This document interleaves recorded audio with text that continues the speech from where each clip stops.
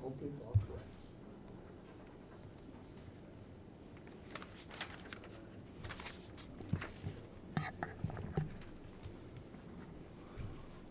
Is the one that you showed me the other day, is it on there?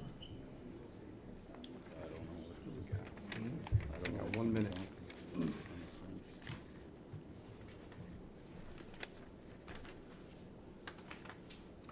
I haven't even seen the fund. Did the funding request just get added? Did the funding request thing get added late Friday? Oh, it's been on there for. Oh, it was? Yeah. Got your name on it. It's got my name on it. I didn't know who else. I just Okay. attributed it to you. Yeah, I was 'cause like- wasn't sure who else, but yeah, no, no. I don't, Funding. I don't think I have the request. Is the, Oh. is the amount in there? It's in the drive. Oh. Yeah, yeah. Fantastic. yeah.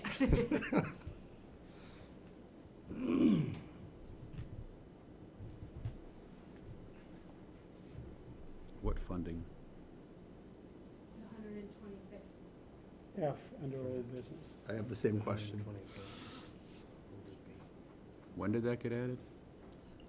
Been there for a week or so, Jen. Yeah. Has it? Yeah, it's I been didn't there. notice it either. I don't think I saw it on Yeah, Wednesday. it's I been- didn't see the request though in the. Yeah, in the yeah, it's drive. been in there since whenever they sent it to me and. It's got my name on her. I don't know. Okay. All right, 6 PM. Everybody ready to go? I'd like to call the Oglesby City Council meeting to order. Roll call, please. Baldrich. Here. Cullinan. McDermott. Here. Moyle. Here. Curran. Here, please stand for the Pledge of Allegiance. Pledge allegiance to the flag of the United States of America and to the republic for which it stands, one nation, under God, indivisible, with liberty and justice for all. All right. Number 4, Mayor's Report. I do have to apologize. I've had probably the craziest, busiest Monday I've had since being outside the Navy, and I did not get proper time to put together a full Mayor's Report. So I just have 2 things I'll make a quick mention of. I was out of town this weekend, but I did see that Hope Week, really, really fantastic, really cool things that Axe Church put together. They did some work on a bunch of picnic tables. Matter of fact, they did it over, I think they even had a rain out, and they did it over multiple sessions. So what a great opportunity for not only for them organizing that, but all the volunteers to come together to do some community work. It's so appreciative, and it's such a great thing as an example of what people can do when they come together. The last thing I have to do, say, is I want to thank especially JP and Dan from the Street Department, and even Commissioner Baldridge. Going into the weekend, because of so much rain we've had recently, we were really concerned about Fun Fest. And so they started putting together some emergency plans. If those that remember, back in 2019, we also had so much rain, we had to modify our layout of how we do Fun Fest. And it's not as exciting, because we'd rather have everything be in the park with all the trees and be beautiful and everything like that. So we put together some emergency plans. We even thought we were gonna have to activate them even as early as this morning. But then as the day went on, and we talked with the carnival, they feel confident that the ground is solid, that we don't have to do that, right? So I'm super excited, because usually every year there's some kind of terrible weather event that has some kind of negative impact on Fun Fest. And I thought this year was going to be the layout for everything, that it wouldn't be as great. So that isn't the factor. And the weather, we actually, knock on something here. Hopefully, we're gonna have fantastic weather for all 4 days. So I'm really excited about that. It should be a fantastic time. So hopefully, all the kiddos are getting their bikes ready. We should have a wonderful time. And I did talk to the carnival head today, and they are expanding a little bit into the, I hope we get the carnival gets a little bit bigger each and every year. They're trying to get a little more room to get some more stuff in there. They have, they're trying to get one more fun house in, but they do have one piece of new equipment that's never been unveiled before. It's a new piece of equipment called the Downdraft. I do not know anything about it. I don't know how it's shaped. All I know is that it can hold 30 people at a time for the ride, and it has a spectacular light package. So I don't know what that means. I'm assuming it looks really beautiful at night. I don't know.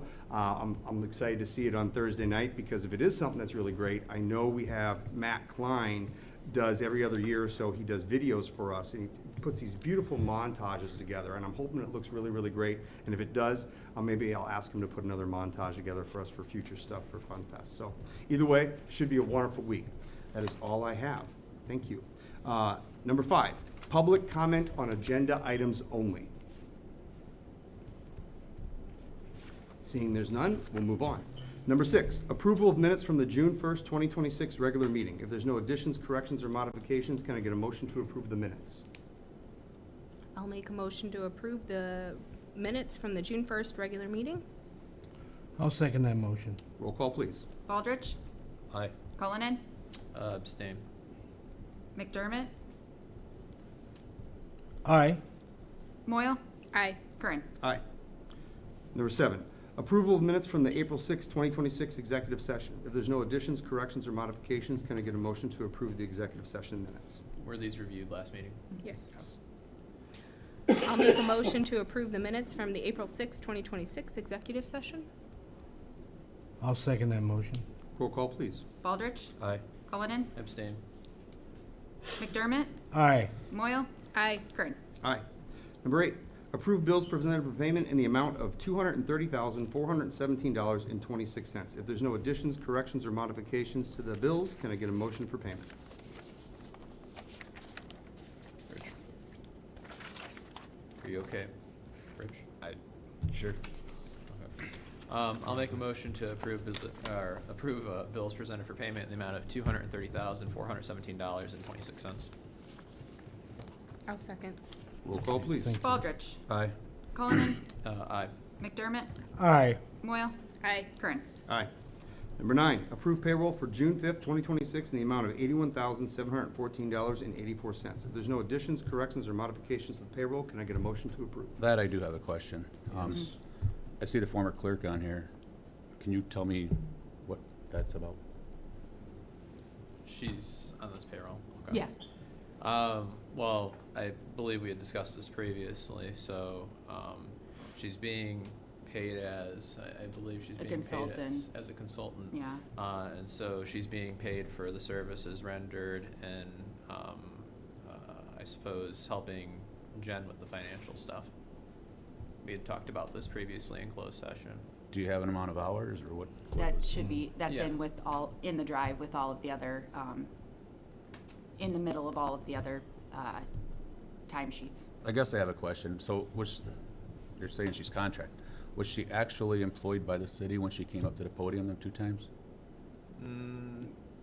No, I think before she started doing, slightly before she started doing any work. I'm talking not really about last- sure, Well, I'm not Do we really have sure any that you would timeline of when this consider, happened, or I don't. Yeah, the sheet lists all the dates and what she did. Yeah, yeah. Although I do think there was some stuff that she might have invoiced us for prior to that though as well, so. I don't see any. I think this is the first No? invoice we've had. Okay, maybe, Yeah, I thought she said she was going to, but maybe she yeah, didn't. no, this is the first one we have, and if you look at it, the dates go all the way back. My understanding is that it wasn't just necessarily the last pay period only, that it was work included No, it up was, until that yeah, point, yes, right?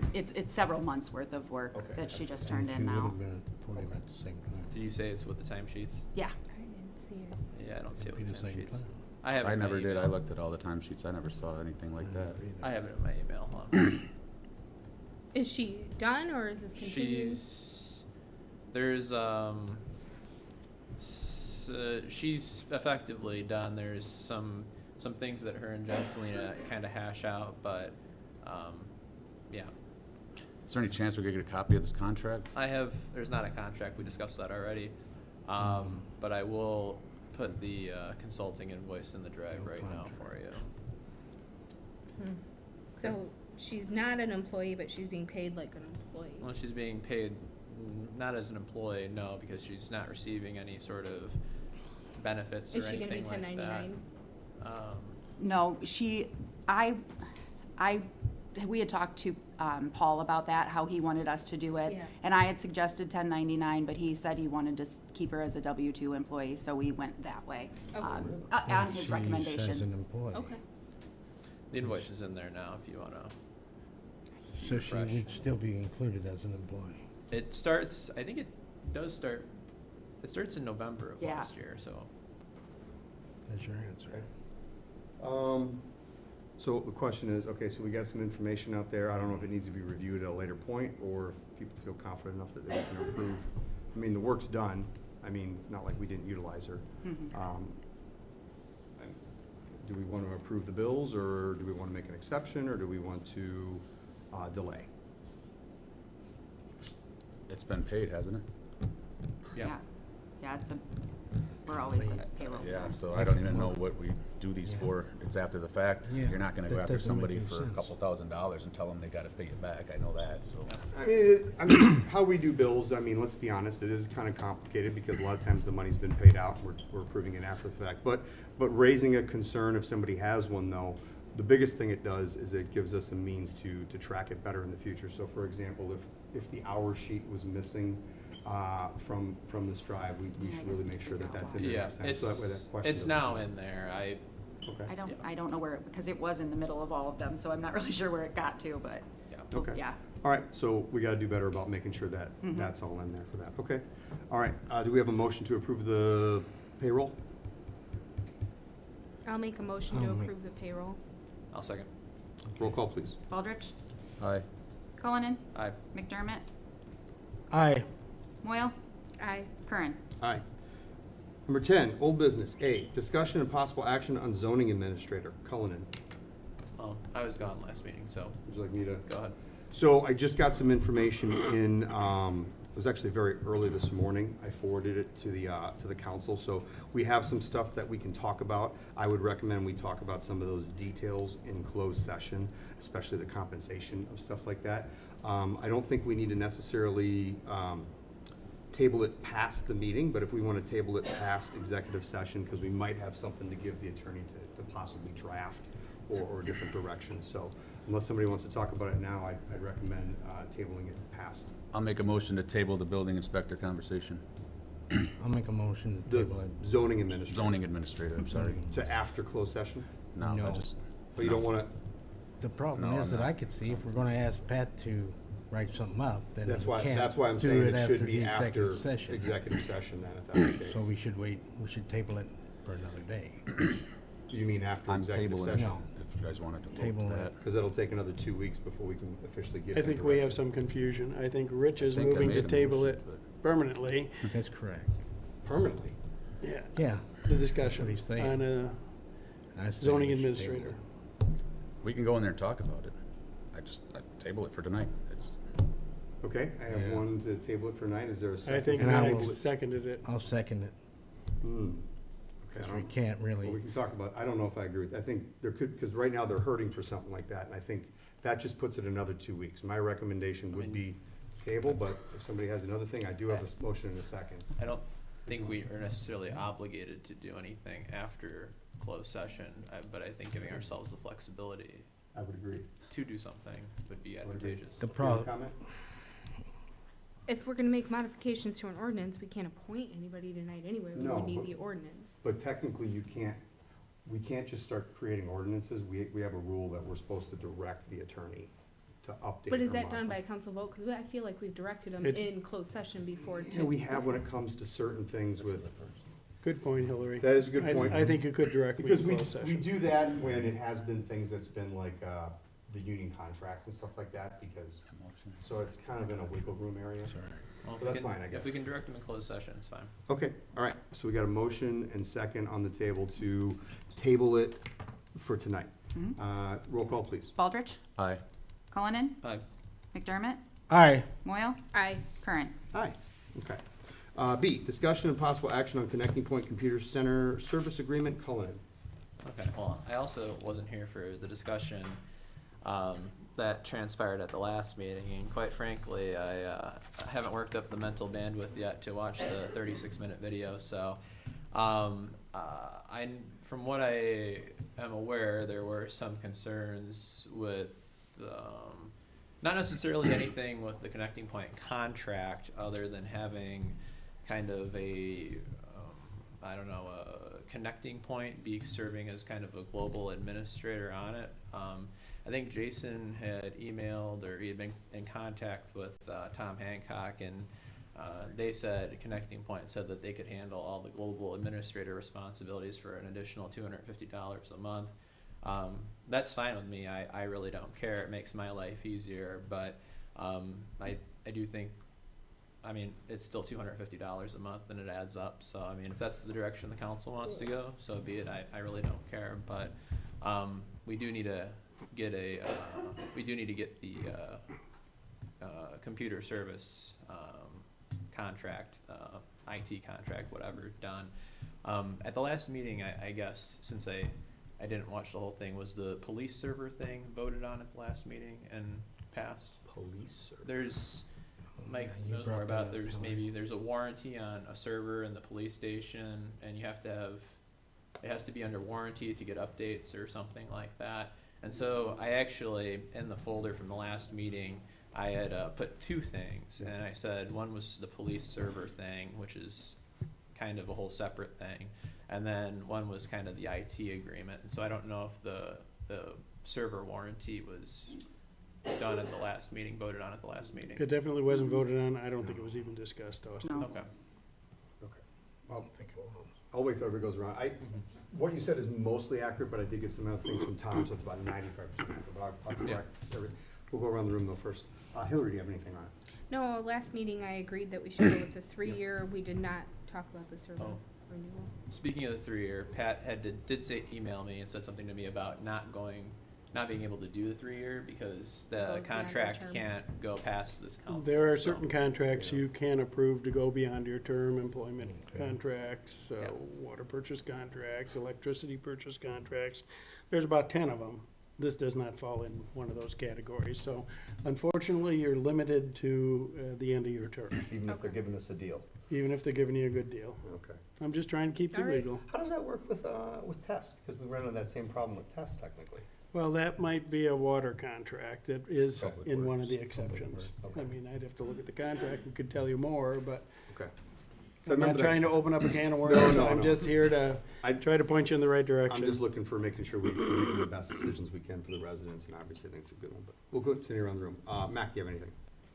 Well, I do know, question was asked if they would look into some situations, and I am not familiar with an answer yet. Rich?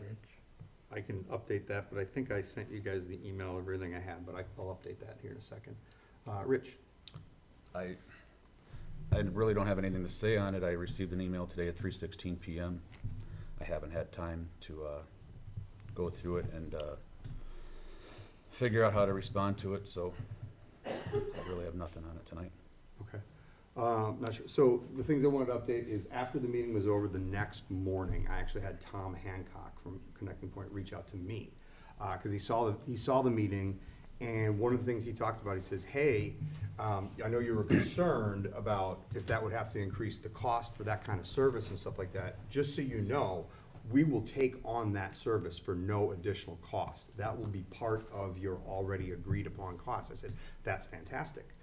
Because the concern was, we talked about that, you know, Austin, you know, I feel like he always goes, and this is what I apologized for about last time, you know, Austin is really taken on himself to go above and beyond. So, and I sent an email to the, actually, I guess I didn't apologize for it publicly, I said it to the council. It was my fault for not pushing onto Austin. I'm a big believer, and I know better, that you give the lowest amount of, authority over something as you need to do the job. But because Austin does so much work with it, I had no problem making sure he had that authority to take care of the things we needed to do. I mean, and I feel bad, it's really not on us to abuse him like that. So we shouldn't, I mean, there's no reason as an elected official, he needs to be available at 4 AM in the morning or on a weekend to reset somebody's password or anything like that. So we talked with Tom Hancock about that, and he said, so same thing with us. If you needed after-hour service, that would be an additional $250 a month.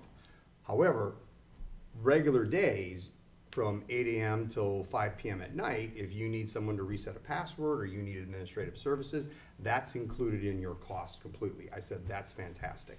So I said, let's go ahead and make that right now, because I know there was some concerns that people thought Austin had too much access or something, even though he's really just resetting passwords. I asked Well, it's still too Connecting much Point. access. Hold on. So I asked Connecting Point if they could take that responsibility on. They said they absolutely would. I said, thank you. I will talk to the council about if they want to engage on the $250 extra per month for that service. As of right now, I don't think we need that because it's not like Austin is required to be available at 4 AM in the morning anyways. So, so I told them there shouldn't be a problem with us approving the 3-year contract next meeting. Well, now I'm getting the word that we might not be able to technically do that, so now I feel bad about that. So I don't know if that means we can technically, you think we can only approve the 1 year then? Well, less than 1 year, till May 1st of next Okay. year. Crap. Well, I would recommend, if that's the case, that we approve it till May 1st of next year, and whoever the next council is, they'll have to be the ones to beg Connecting Point if they'll honor the same price for the next 3 years after that, or maybe they'll only give us for the 1 year then. So that's what I would recommend. So I think that, does that answer everybody's question? Mac, did I answer your question, your concerns about the administrator of the accounts and all that kind of stuff? I don't think anything's been answered. No. I don't Nothing's been think- answered? No. What is the question? What's the question, And I what's suppose? on the table tonight is a 3-year contract to approve from Connecting Well, Point. there's not a 3-year contract on the table, it'd be the It's 1 gotta, year. it's gotta be a 1 year. It changed. They, We were gonna Well, no, pass there were two tonight. options, we can't do the 3-year. Can't And do we the can't 3 year because you actually do can't one, extend it because it can't beyond be- What your does it term. say, 10 months?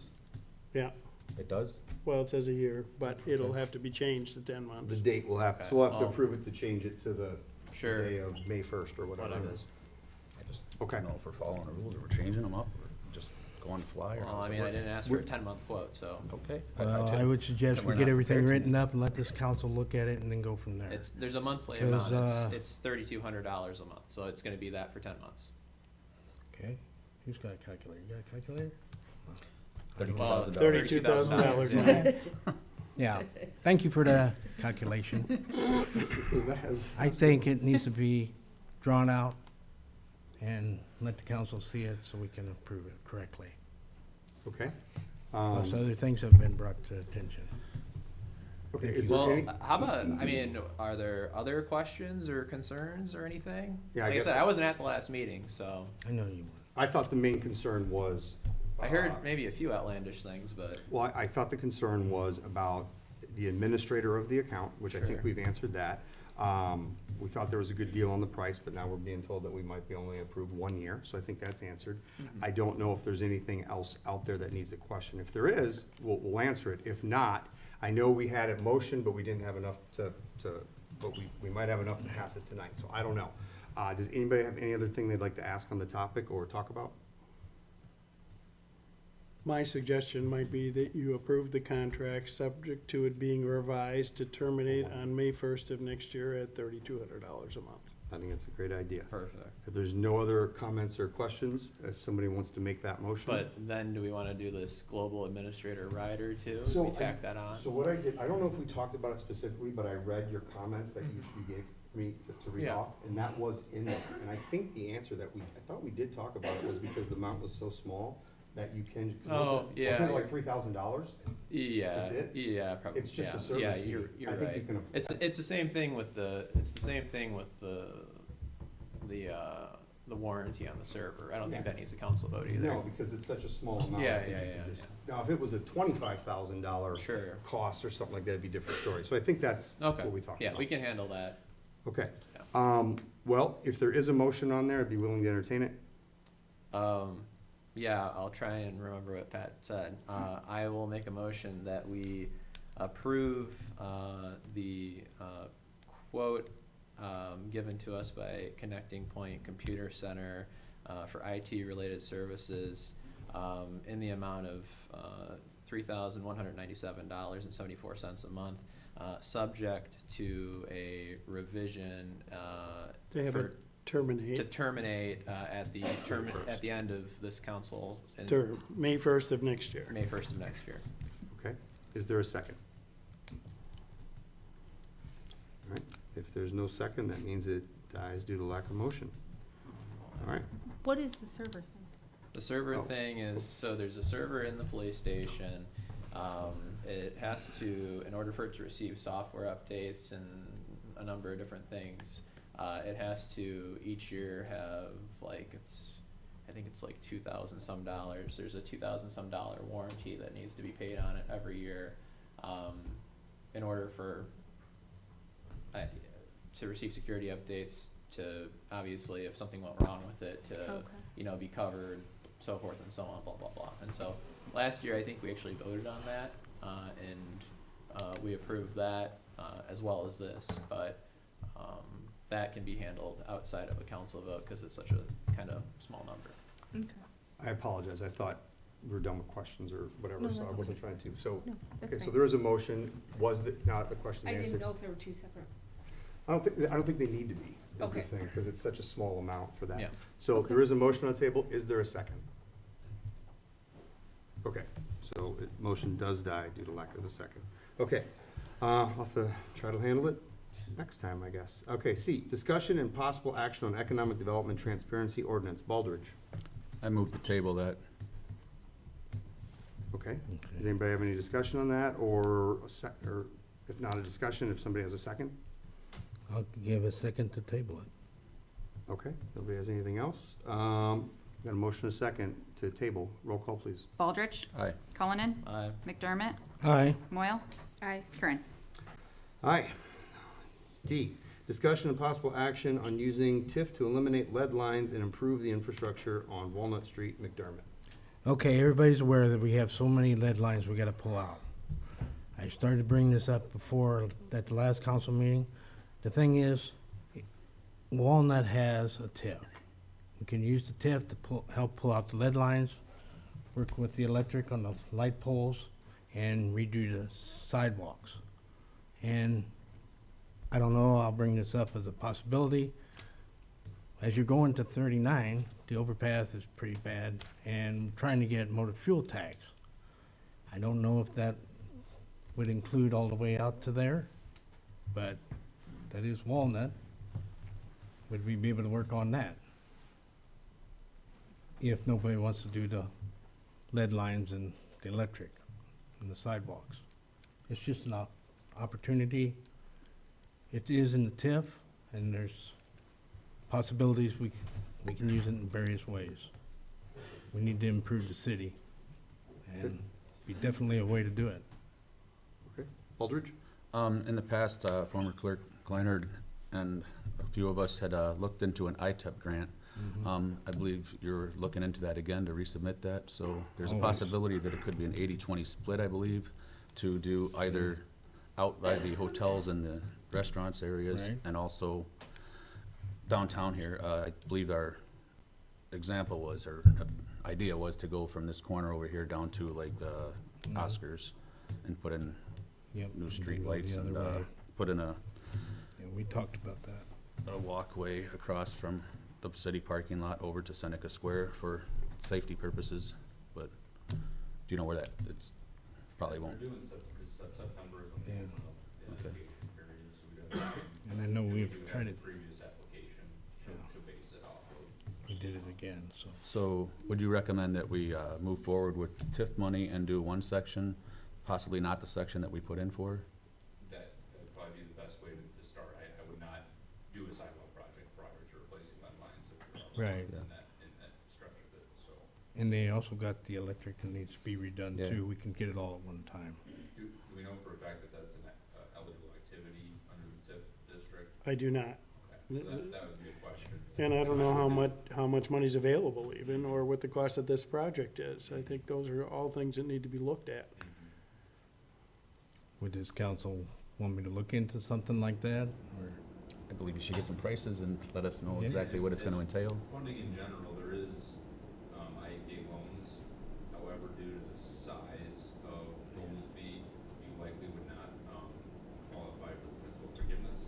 And even then, it's a very competitive program where there's really nothing you can do to improve your score, it's just based off the metrics about the city, how many lead lines there are and everything. So, I'm very confident that you guys wouldn't, qualify for the principal forgiveness, which is really the biggest bonus about that program. Otherwise, it's a 0% interest loan up to 40 years. But like I said, even that's a very competitive program. I recommend that we do still apply for the relatively low cost compared to Right, the always. benefit of doing it. But I think Mac is headed down the right route of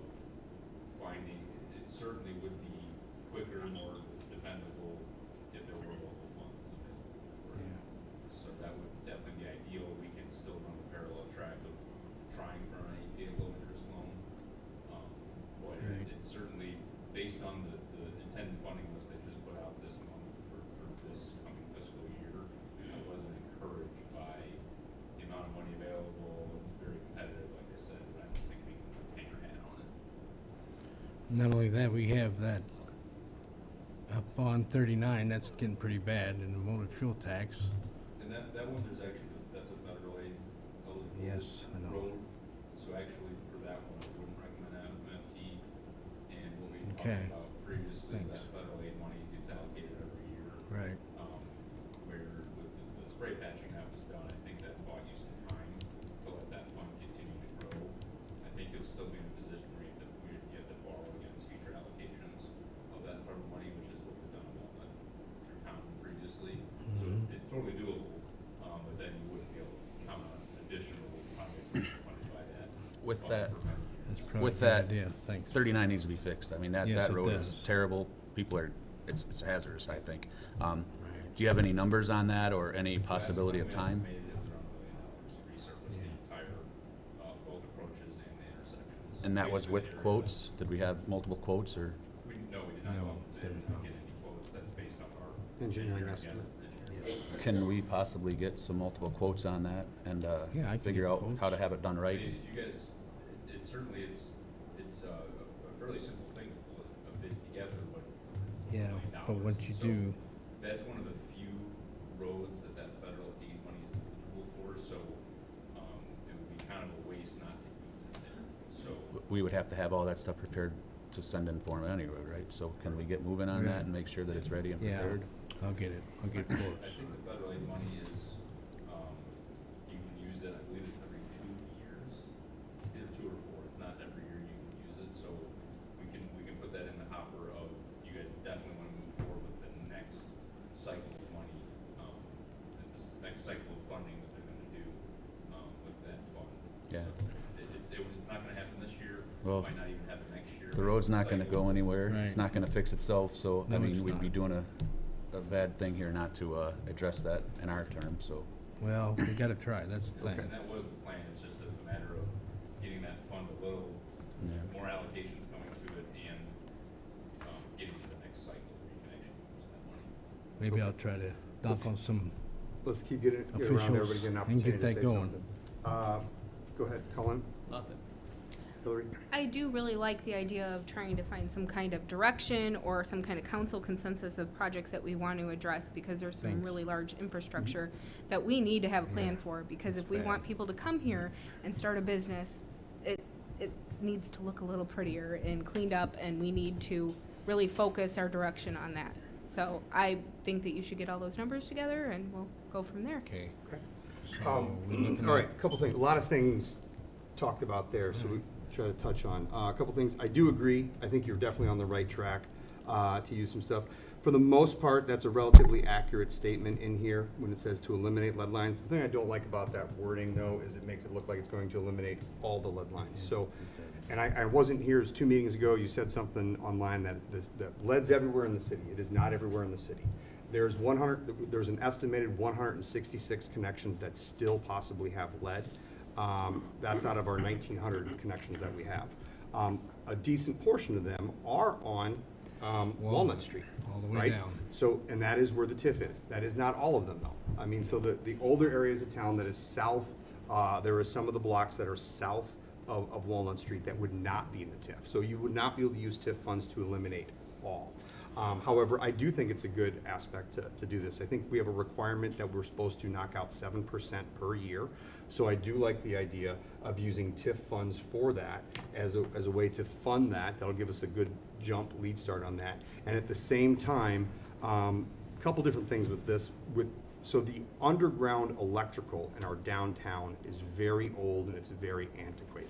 I do believe, I agree on using TIF fund. If we're gonna tear up the water lines that are there and fix the sidewalks, we absolutely should be updating the electrical lines that are there. What I disagree with, I know that there has been some push by some individuals to get new streetlights. The cost of streetlights alone would be approximately, I think it's over $1 million. So I don't think there's anything structurally wrong with our streetlight situation that we have. I would rather, in my opinion, I would rather look into getting the lead lines that are on Walnut Street. Now, here's the thing, the ones that are on Walnut Street aren't as big factors for homeowners, right? Because it's more like the businesses and stuff. Still super important, but I think by using TIF funds for that would make sense to fix the electrical, the sidewalks and the lead lines that are on Walnut. Talking about, you jumped into talking about the overpass. The overpass 6 years ago, the engineering estimate was over $800,000. That was 6 years ago. And so we've talked about utilizing like motor fuel tax funds for that. The problem is motor fuel tax funds would almost never catch up to that cost. Because I want to say we generate about $250,000, $300,000 a year in motor fuel tax funds. So that project gets eaten up for so many things. I don't think motor fuel tax funds is a good project used for that. Plus the cost is so high, it will completely exhaust our TIF. I do think that we need to be looking into the grant options. I know every year when Sioux Resin comes out with either it's resin and or it was Durbin and oh my God, Lauren Underwood, Underwood, no, the other senator, the two senators, I can't believe I forgot her name. Tammy Duckworth. Duckworth. We would constantly put in for that, hoping that we'd get picked up for that program. It has not happened yet. I do think we should continue to do that and continue to put in for that, for those. But again, I'd be a big proponent, and I would recommend that we try to use some TIF funds to see if we can at least get that jump on the lead and the electrical lines underneath for the downtown district, because that is an applicable place for it. So that's my Okay, 2 then. cents on all that. Go around for open now, go ahead. If everybody's agree with that, I'll go ahead and get bids for the electric and lead line, see what we can do as far as that. And I'll go ahead with on 39, and we'll look into that federal grant again. But we gotta get things done. It's important. Yeah, And I'll email Herb Klein, just to make sure the things you're talking Yeah. about are Alright. eligible for disbursement from the TIF. So, and I remember Thank we you. talked about this well. TIF is kind of funny when it comes to water distribution.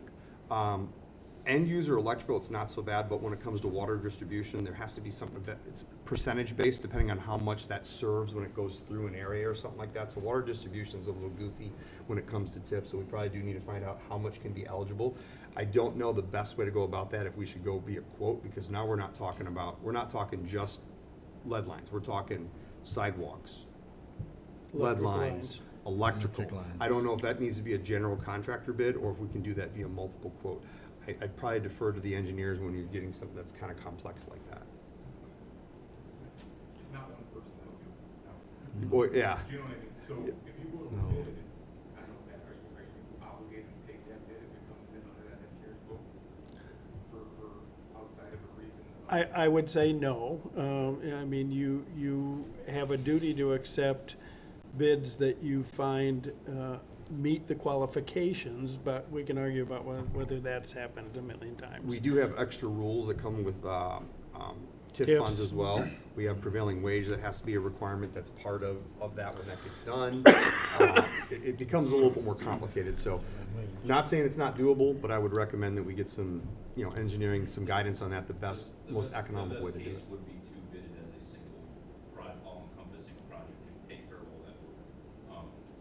We can put together whatever project you guys decide, it's the funding that's the key, as always, Okay. where, the type of funding is gonna dictate, how we bid it, who can bid on it, when we can do it, all those things. So that's where I was just trying to mention that I wouldn't hang your hat on this one Okay, yeah. Can't do funding that.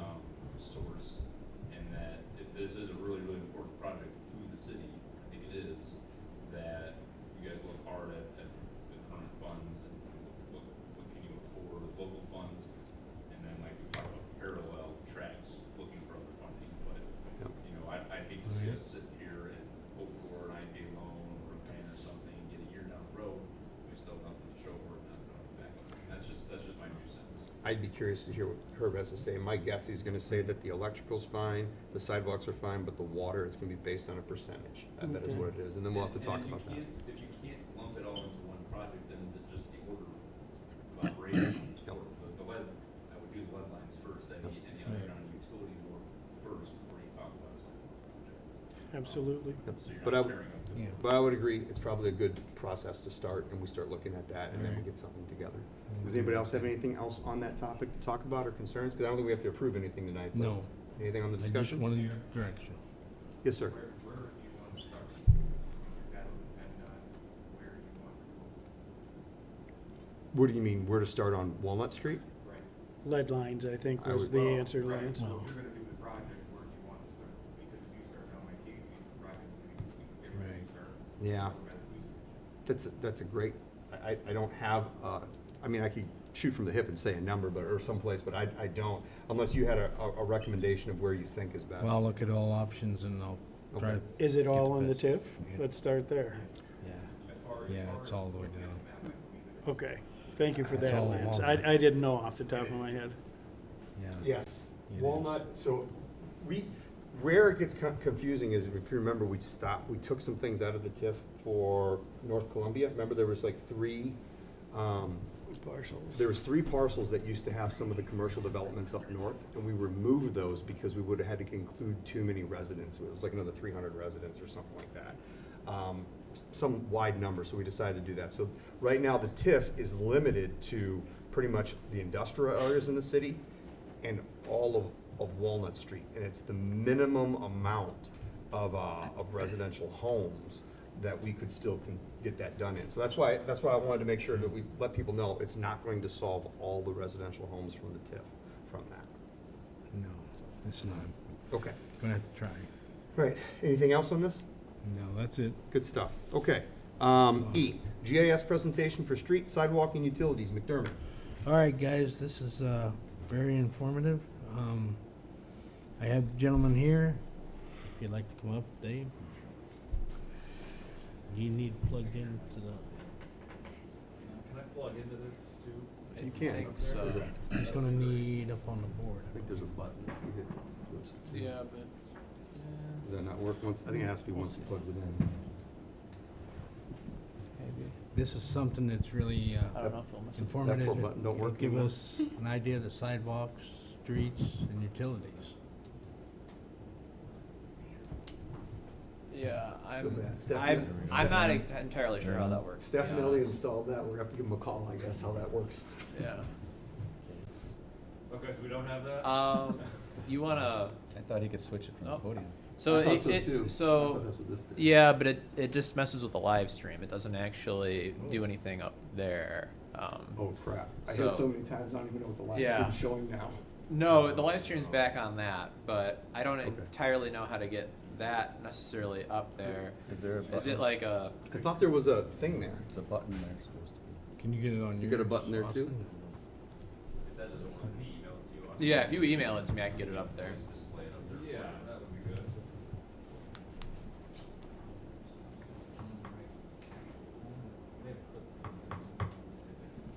Yeah, if you can email him.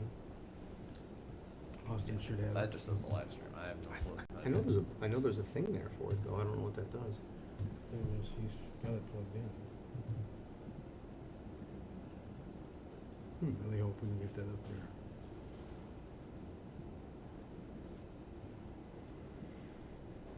Okay, what's a good email that you send? COMM.CULLINAN@oglesbyil.gov.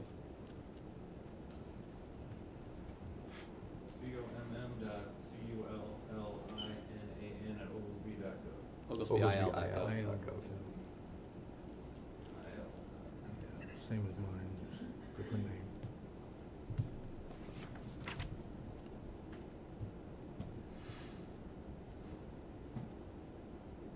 Okay.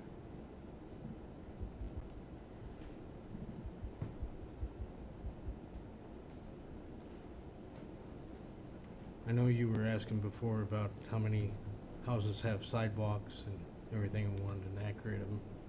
This will show you a lot better than, we could drive around town and this one's got one, this one don't. It even shows the utilities, so. This would be pretty good. Can you get it up?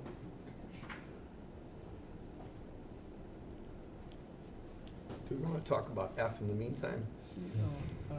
Spell Oglesby wrong. That might be a quick OGL, conversation, yes. because I don't know what it, I don't have any details on it. I think you need to pull that up on the screen too, they said, Jason. Okay. I really don't think that was in there on Friday. Not really seen it. I promise it Not wasn't. even It's been there for like a week.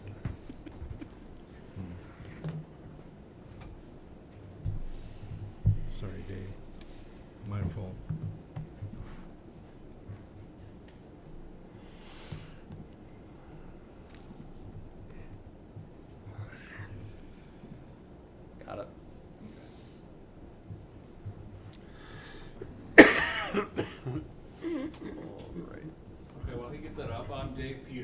Chandler and Associates. I'm also an Oglesby resident, so nice to be here. I know a couple of you from the Plan Commission as well. So I wanted to update you with some GIS services. There's been some topics that came up, like Greg said about the sidewalks, and potentially some utility information. You wanna go ahead? Yeah, so just overall, and in general, a GIS is taking information in the real world that's on a point on the earth and putting it in a database as well as a map. So it's data collection, it's data cataloging, and it's also mapping, both for internal purposes, external purposes, if you so choose. So if you wanna go to the next one here, I mainly just wanna show you some examples. So you can just click to the next slide there. So in general, I mean, mapping from the old days is obviously on paper. Now most of it is electronic. So we do a lot of project and location maps, zoning and land use maps. The big one a lot of towns want to get going on first is the utility and infrastructure, to know where your stuff's at. All the employees can pull it up and see exactly where you're at. Go ahead to the next one if you would. Let's go past See, that Lance one is as smiling well. on that one too. What's that? You're fine, Dave. Okay, very good. Different types of data, we don't need to go through that tonight as well. Let's keep going as well, I just wanna get you some examples. So this is some things that I've done in the past that cities have used. So the left image is relating water main breaks to soil types. Where certain area of town was having a weird amount of water main breaks in a new area of town. So we drilled down and try and figure out what the problem was. We found out it was a corrosive soil on some ductile iron water mains. So we overlaid those layers and were able to notice that correlation. Likewise, in the top right there, that was a walk score for Winnebago, Boone, and Stevenson counties that I'd done in the past. To know where we need some more sidewalks, what is walkable, what's not. And in the bottom right there is more main breaks. That's a density map, so you take a certain area of town again. Seems like you're having a lot of main breaks in that area, you put them on a map, all of a sudden you can see, yes, we're having a large amount of breaks in the same area. Maybe we should plan for that in the future with infrastructure funds. Well, yeah, there should be a link there on that one right there. And we're gonna have to sign in. Can I sign in on that? Yeah. I forgot, I got all this set up on my laptop.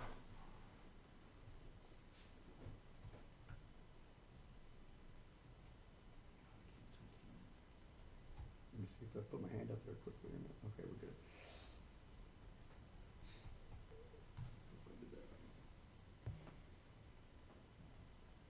You're into So here is just a general utility map we did, and so this is Morris here, as you might be able to tell, maybe not. Can you just bring that up there, Austin, or is it plugged in? You could just bring it up. Oh, can I? Yeah. That'd be great, thank you.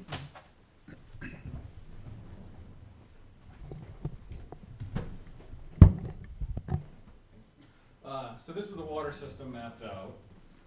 So what we did is every Buffalo box, water valve, hydrant, everything was GPS with a survey grade receiver all through town. And then we gave this one to the city, and they kind of went with it from there. So they added some sanitary, some storm, and a big one that has been quite popular to use is main breaks. So all of these red stars is main break data, and they have all sorts of information on it. Now, along with that, they can further document, and they can bring up, here's a picture of the locates that we had, and then you can bring up, depends on, some of them have 25 pictures, some have 2. They can show the leak, they can show the fix, they can show the repair, so in decades down the road, something happens, they'll be able to tell what that is.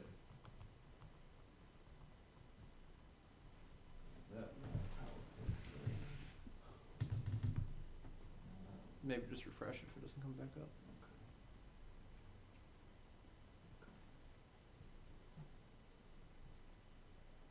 This is kind of the one I want to get to here.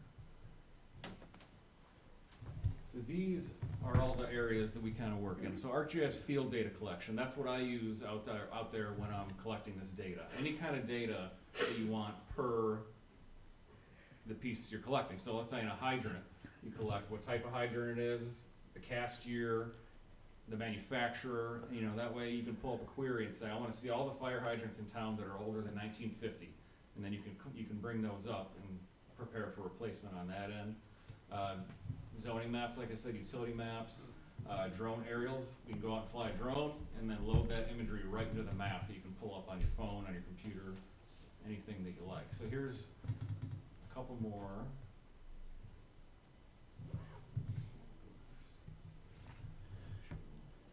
I can make them links level.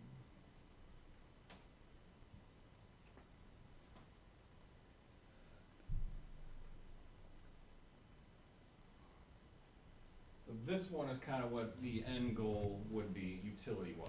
So there's the water, you zoom in, and all of a sudden you have all your sanitary, you have all of your storm, and any kind of attribute and information with those. So we can see we have a 6-inch water main with a 12-inch sewer and a 12-inch storm sewer all there. So you can click on anything here on that hydrant or valve. Normal gate valve, it was shot in via GPS and it's box as opposed to a wall. Any kind of information that we can, the city wants to collect with that, we can. You can add in, here's all the layer list, we can add in the fiber lines, we can add in the the parcel data, so we can see where the right of way is, see who owns this parcel, all in one spot. We can also add in aerial imagery. So it could be handy for the field guys out there to see what they're working with. It can be good for the office staff if somebody calls. If there's any kind of development that wants to come to town, they need to know what they have serving them. We can pull up a map like this, we can make them an exhibit for it. Also, a lot of grants require you to have location maps, area maps, all sorts of things, especially with utilities. You can show them what you have and why it needs to be upgraded, etc. And then this one, I think, is up top, kind of on the sidewalks. So this is a pavement condition map. So we went through the entire town here and scored every street. And so obviously your colors here, yellows are good shape, dark reds are bad shape. So you can click on these street segments. You can get, the last year was paved, this one was 2025 with asphalt, gives a rating of 10. Now you can go over this one here, gets a 7, and in 2024 it was crack filled and rejuvenated, not a full pavement depth or anything like that. But this gives you a good idea. Instead of having to kind of assume or based on complaints or driving out there to see what everything's like, you can see your streets right now and say, well, where's all the red ones? Those are the ones we need to work on. And then I've done this with sidewalks as well. You essentially do the same thing. You trace the sidewalks, you see where they are, and you see what kind of condition they are in.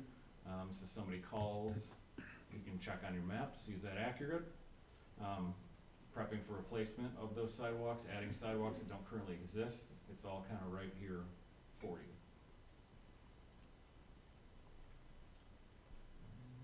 And lead service line inventory mapping. So currently the IEPA is on round 4 of the lead service line inventory. It's been open for about a year now, and they're going to keep it open until the funds are exhausted. So multiple towns can get 1, 2, 3, 4 rounds of this. And one of the approved expenses for the inventory grant is GIS mapping. Now obviously if we were to go for that, which we plan on doing, right, applying for another round of round 4, mapping the water system and the lead lines would be included in that cost.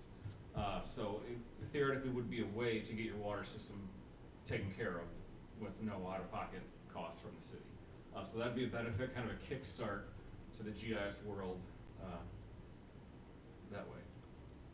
So, and I'd say this one too. I know you guys have, at least they used to be on the wall, there are some zoning maps. A lot of towns are moving to putting those zoning maps in GIS simply because you can, instead of just having a paper map or a CAD map, I can put all this online so anybody can see it, who you want to see it, right? So in addition to just knowing where your actual boundary is, you'd be surprised at how much work actually goes into figuring out what your boundary is based on annexations and everything else. This one is like an annexation history. So the color codes, I can bring up a legend here. And the yellows are new and the blues are the old annexations. You click on that annexation and it'll say this was ordinance number 2067 from 1978. And along with that is kind of the interactive zoning map. So here's the zoning for the city. And as things change, obviously update it, but it's a good way to look and just get a quick reference on what's what. Police jurisdictions pretty much follows, city limits, but not always. So those are the popular ones that I would recommend if you were going to get into GIS to start with. The utilities, any kind of zoning maps, and then pavement condition would be a great one, just to make your life easier to see where everything's at. Make your informed decisions is basically a large part of GIS. Yeah, I think one place that's picked up a lot in general for you guys is just master planning and kind of like you mentioned, Hillary, identifying where are those crucial infrastructure needs at and having data to prove why would we address that problem versus a different problem. And then also just look 10, 20 years down the line, where do we need to be focusing? I think that's one of the biggest benefits, other than day-to-day knowing where a main is, where a sewer is. You know, I think there's long-term benefits to it for you guys. So, And yeah, you know. And the department heads, they'll have access to this as well. and they Yeah, so can you look it can, up and you can see share where this the from thing's at. as many or few people as you want. It's all broken down by groups basically, so whoever you want to have access to it can have access to it. If you only want the water guys to see the water, then, you know, you break it down however you want. I'm all for sharing it with everybody, including the police department, the ambulance, clerk's office. It's beneficial for everybody. I know one of the concerns in general is just obviously nobody has the workforce that they wish they did. Right. To where this can be done a lot of different ways. One way it can be done is you actually have your employees or contractor, whoever, doing the mapping for you. You know, they would have full ability to do that, or at least to update it. We would need our actual GPS equipment to do it accurately, but they can add any information they want at any time if they see something in the field. And it also doesn't, you don't have to do everything at once. You know, if your workforce can't handle having everything that he just showed you in the first year, you don't have to. You can focus on what's most important to not overload, because there is some like communication needed between us and whoever is working out there in the field, or operators or anybody, to where there is some work involved with that. We're not going to say there isn't, but you can do it at your own pace, and you also have a lot of freedom to update it, put new information in yourself, or to have us help you with it. But you'll have full control of that of the package that you would receive. So. And I guess I'll ask, I'm pretty sure everybody's got that question, how much would this cost the city to get it started? Well, I mean, like I said, if we do get the IEPA around $4,000 for the inventory, I'd say the water system would mostly be completed with that. I forget the price, was it 30? I think it's $40,000. 30 or 40,000. What's available. Yeah. And that would at minimum be hydrants, valves, everything you can see at the surface. Yeah, and then based on any kind of old, I know we have some old CAD maps of the city water system that I would use to kind of fill in the pieces between the valves and connect the dots. So the water system would be built as part of the grant, should we choose to do that. Other things, you gotta break it down per what you want. Like if let's say you wanted to do sidewalks, that honestly wouldn't take too much for me to go in and digitize based off the latest aerial imagery I have to draw in what we need to. Then it would just be going around town, and either I doing that or a city employee doing that and giving it a score, right? This is a 5 out of 10, this is in terrible shape, this is in great shape. And then everything else, like, let's say you wanted a zoning map. I know we have, I believe, existing zoning in CAD, so zoning wouldn't take much. Annexation history, things like that, you just gotta find the information and draw it in. And then, later than that, really the biggest ones are the sanitary and storm sewer. Simply because if you want a good sanitary system map, you really should go out there and pop all the structures, get all the inverts. Right. Now, again, we may have some of that data as well that I just entered. So it's kind of whatever you want, really, price-wise. You just get a lot of people, let's say they take the city and break it into quadrants. This year we're gonna do the northwest quadrant of town and get the sewer map there. And anything, so we can put together anything you like, when the time arises, and give you a better, estimation of what that would be. Thanks. Yeah, so thank you for letting me show you this. Appreciate Last one I it. would add is just, obviously this data would be there permanently, long-term. So, you know, a lot of towns rely on their workforce to know, okay, this is there. God forbid something happens to that person, or they leave or retire or something, you lost all that knowledge. So this is a way to preserve that long-term. Any questions, any other questions for me? Anybody have any questions? No questions, just comment, which I was just gonna echo what Ross said. I think, obviously we have, some, you know, in our city employees, we have kind of this wealth of information, but it is kind of scary sometimes just how much knowledge is just kind of stored mentally as opposed to actually documented anywhere. And so if you were to lose those employees, or if you were to lose one employee, multiple employees, you could be in some serious trouble. And so, you know, I don't know, maybe I played too much SimCity growing up, but I just can't imagine not having this information already at your fingertips when you run a city. Like, it just kind of blows my mind that this, I know it's a newer thing, but it just kind of blows my mind that, you know, cities have been able to function as long as they have without actually having this information, you know, at a moment's notice. So I'm very supportive of the idea. I just want to thank you for taking the time, and this is really, really interesting, so. Yeah, it is, I appreciate it, thank you. Yeah. And like I said, I'm an Oglesby resident, so I agree with Austin that Oglesby should have it. Whether I do it or not, whether we do it or not, Oglesby should have this kind of thing, just for knowledge and planning and. Thanks, Dave. Appreciate it. I agree. No questions. So, We need it. a couple things. I'm stewing a little bit here, but I agree with everything you're saying. And I really appreciate seeing this because this looks really clean. I work with this stuff a lot, and when I do with proposals and bids and stuff, it looks great. And here's the thing that, there's one thing you said that kind of frustrated me a little bit. You said to start with, were you not briefed that we already have this in the city? So I know the city's dabbled in it, if I've been told. I don't know to the extent of what is out there. So that's what concerns me more, that it wasn't shared with you what we have, because you are correct when you say dabble. Yeah. So 6.5 years ago, the council, not me, the council entered into an agreement with Bruce Harris. And I want to say we spent, and we did a very minimalist design, trying to get Esri and GIS mapping data in there. My goal was to have it to where the employees would have the access and the ability to build out maps with their stuff that they're working with. Because one of the things I've always seen is somebody comes in and they build this wonderful map for you, and then they leave and it's done, and then what happens is it'll never get updated again. Right. And then, because we have like old written paper maps, so the goal was, let's get as much stuff into a digital infrastructure as we can. And one of the problems that I think Ross hit on it sometimes is you have, it's a little more difficult when you have your own employees doing it. And I know the electrical department recently, this administration has spent some time working on that system. So I know there is a map of an overlay that is already done. And depending on if we're talking water, sewer, manholes,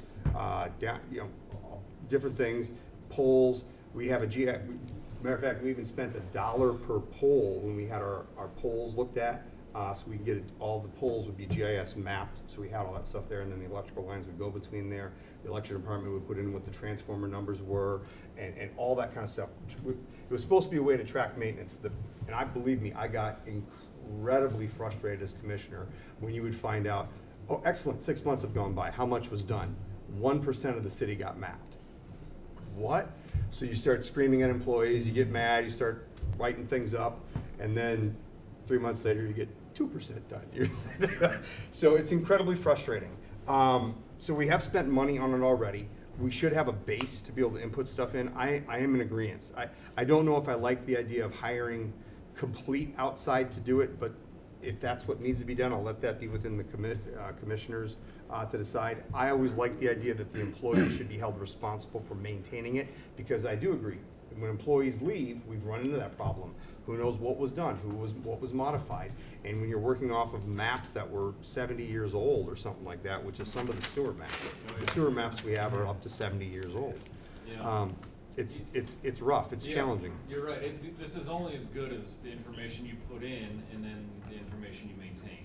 like you So, said. I don't know what the status is right now of what we have, but I am concerned that someone asks you to do this without sharing what we have already, because we Right. have again, this council approved something, so there is a map that's out there. It is relatively incomplete except for, I don't know what the percentage is, but the electrical has the most because it has every pole in it, and I think every lift station was put in there as well with GIS things, because we had an engineer do all that stuff. But as far as a lot of the other water infrastructure and stuff like that, the employees had to map them themselves, and it's relatively incomplete. But I would recommend that as a place to start with, just because there's been so much work that's already been done. Yeah, and if the existing data is available to you and useful, good data, then that could always be incorporated Yeah. and cut down the time. And- it would take. So some of the other things you talked about is we did not do streets and sidewalks in the mapping system, but there was a database that I had created, and I turned it over to Commissioner McDermott. Every single street in the city was getting a rating system of 1, 2, or 3, depending on how bad it needed. So that way we could justify how much motor fuel tax, what should be spent on next. Obviously, the amount of damaged streets is more than we have funding for, but at least as a way to track it. We did not have that with a mapping database. And I think when I was gone that previous meeting, Commissioner Cullen had mentioned to one of them with sidewalks. One of the things that we do with our sidewalks is we do not necessarily have a grading scale of our sidewalks, but our street superintendent is required to go around every year and say, if there's any sidewalks that are like a trip hazard or something like that, we have to say that we're aware of it and we're gonna fix them, because the rest of it basically gets away from our liability insurance. So they get eyes on them every year. Whether or not that's getting into an electronic database on those, probably not happening. So I am a fan of having something like this. How we get there, I don't know. I don't like the idea of necessarily paying engineers to do it, because then what happens is it'll never get updated again. That's why now I'm not saying that we shouldn't have something like that help us, but I do believe the onus needs to be on the employees to maintain that, because that's the only way to get it from year to year, 5 to 5 years, 10 years, 20 years, to have some kind of mapping system. Yeah, and so we've done a couple of things in the past. Some towns have come to us and we do it all. We built it, we maintain it, yearly projects we put in there, any kind of changes in the system, we go in and shoot. Other towns, we build the initial map, so we go shoot everything, get you a good base, pass it off to the city. Now it's yours to maintain. And then any kind of combination of those, so. I would be curious to know if we could get a quote possibly, because what we basically had for our agreements that we had for the system, it was really mostly almost like maintenance agreements is all it was, because we had the access to do it all. So I would be curious to know what the overall price would be, and then what the cost to maintain it for engineers, because I'd be curious to know if the cost to maintain it is similar to what we were already paying for our mapping system. Well, then financially, it makes a little bit more sense for the city to look into it. So I think there would be some value to look into that, though. Okay. But Sounds great. hopefully you can get with our electric and water departments and get access to what we already have for our mapping stuff to see what, and you might be surprised how woefully incomplete it might be yet. I do not know. Gotcha. Okay, that sounds great. Thank you for your time.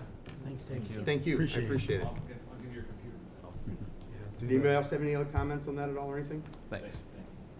Important stuff, and by the way, I will just say again, that does look way better than what we were building. Well done. Okay, F, funding request for 125th celebration Curran. So, I apologize, I really don't remember seeing this on for Friday. I know that the 125th celebration has been meeting, and they were trying to get together a budget to put in front of our eyes. I apologize, I have not seen that yet, I'll so, pull up the letter. okay. Did anybody else see this on Friday? Or is it just me? It's on there. She brought it Thursday. Okay.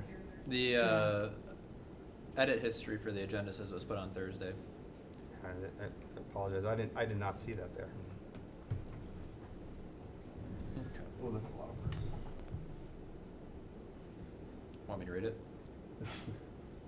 I'll read it. Allocation, 18,000, that's it? Just That's the- bad.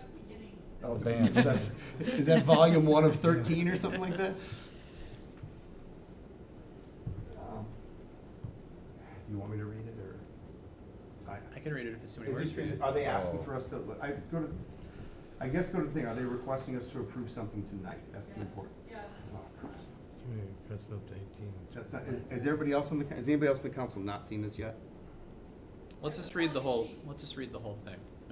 Oh, We have some come on. fans are waiting for our answer tomorrow, whether we can book them or not. I think we should probably, So, So this is just for that's why she music, brought it last week. right? Okay.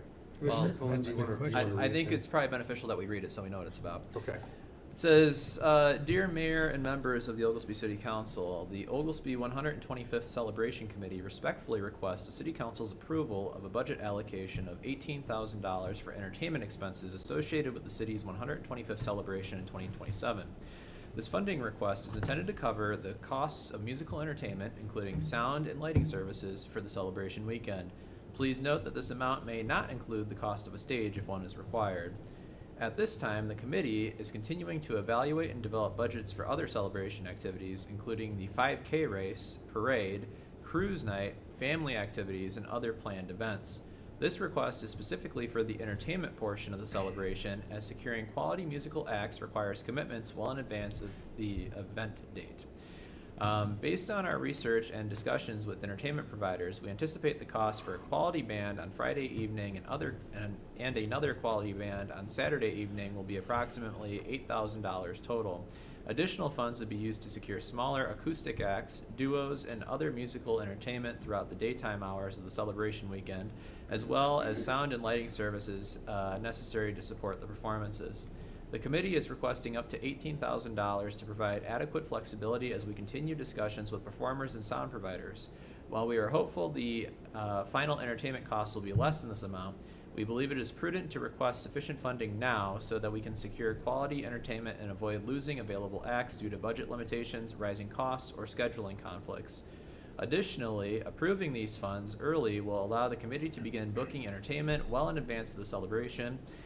Many popular bands and sound providers schedule events 1 to 2 years ahead, and early commitments often result in greater availability, better entertainment options, and more favorable pricing. Securing performers now will help ensure the committee can provide high-quality entertainment while remaining fiscally responsible. Providing a variety of musical entertainment will help create an enjoyable atmosphere for residents and visitors while showcasing Oglesby's commitment to making this milestone celebration a memorable event. With this funding, the committee believes it can secure entertainment that reflects the significance of celebrating 125 years of Oglesby's history and community pride. The committee respectfully asks the City Council to consider and approve this funding request so that entertainment contracts can be secured and planning efforts can continue moving forward. Thank you for your consideration and continued support of the Oglesby 125th celebration. Respectfully submitted, Connie Henry, Secretary, Oglesby 125th Celebration Committee, on behalf of the Oglesby 125th Celebration Committee. There you go. Excellent. Thank you. Okay, going around the room, if anybody has any comments on anything there. Austin? I know you just got done reading it, did you digest it yet? Just come back to me. I guess I have a lot of questions, and I don't mean to sound dense, but when is this? Is this during our regular Fun Fest, or is this a separate event? Does it listed in there? I think they talked to me that they wanted it the week before Fun Fest of next year, I believe. Got a really Is that good correct? band waiting to hear. But when is it? What, It would be the week before. the Okay. weekend before Fun Fest is what you guys talked about? Okay. Okay, so like Sunday or so like this Sunday or Monday would have been the parade, is what you're saying? No, it would be Friday, Saturday, Sunday. No, the parade would be on Sunday. So the parade would have been, so basically, like, if this would be this year, the parade would have been yesterday, is what you're saying? And that would have been, that was the plan to be the end of the celebration, is that correct? Or is that the kickoff of it? The kickoff of it. Okay, so you're looking to do it the same week of Fun Fest, is that accurate? Before, the weekend before. The week, So we'll have So 2 it's the weekends. kickoff for Yeah, Fun we're- Fest. they're looking at 2 basically. weekends. okay, Saturday, okay. and then Sunday. They wanna have the parade the same day as Summer Fest. Because we wanted people to be able to go to the park. And go actually to the Summer Fest activities. Okay, I'm glad you said that. I'm sorry, did you say you want it to be the same day of? Did not. Okay, did not. Okay, so Can you tell us what each day would consist of? Cause I'm lost. Yeah. We're Please. planning a Friday, Saturday, Sunday, Friday being the 11th, Saturday the 12th, and Sunday the 13th.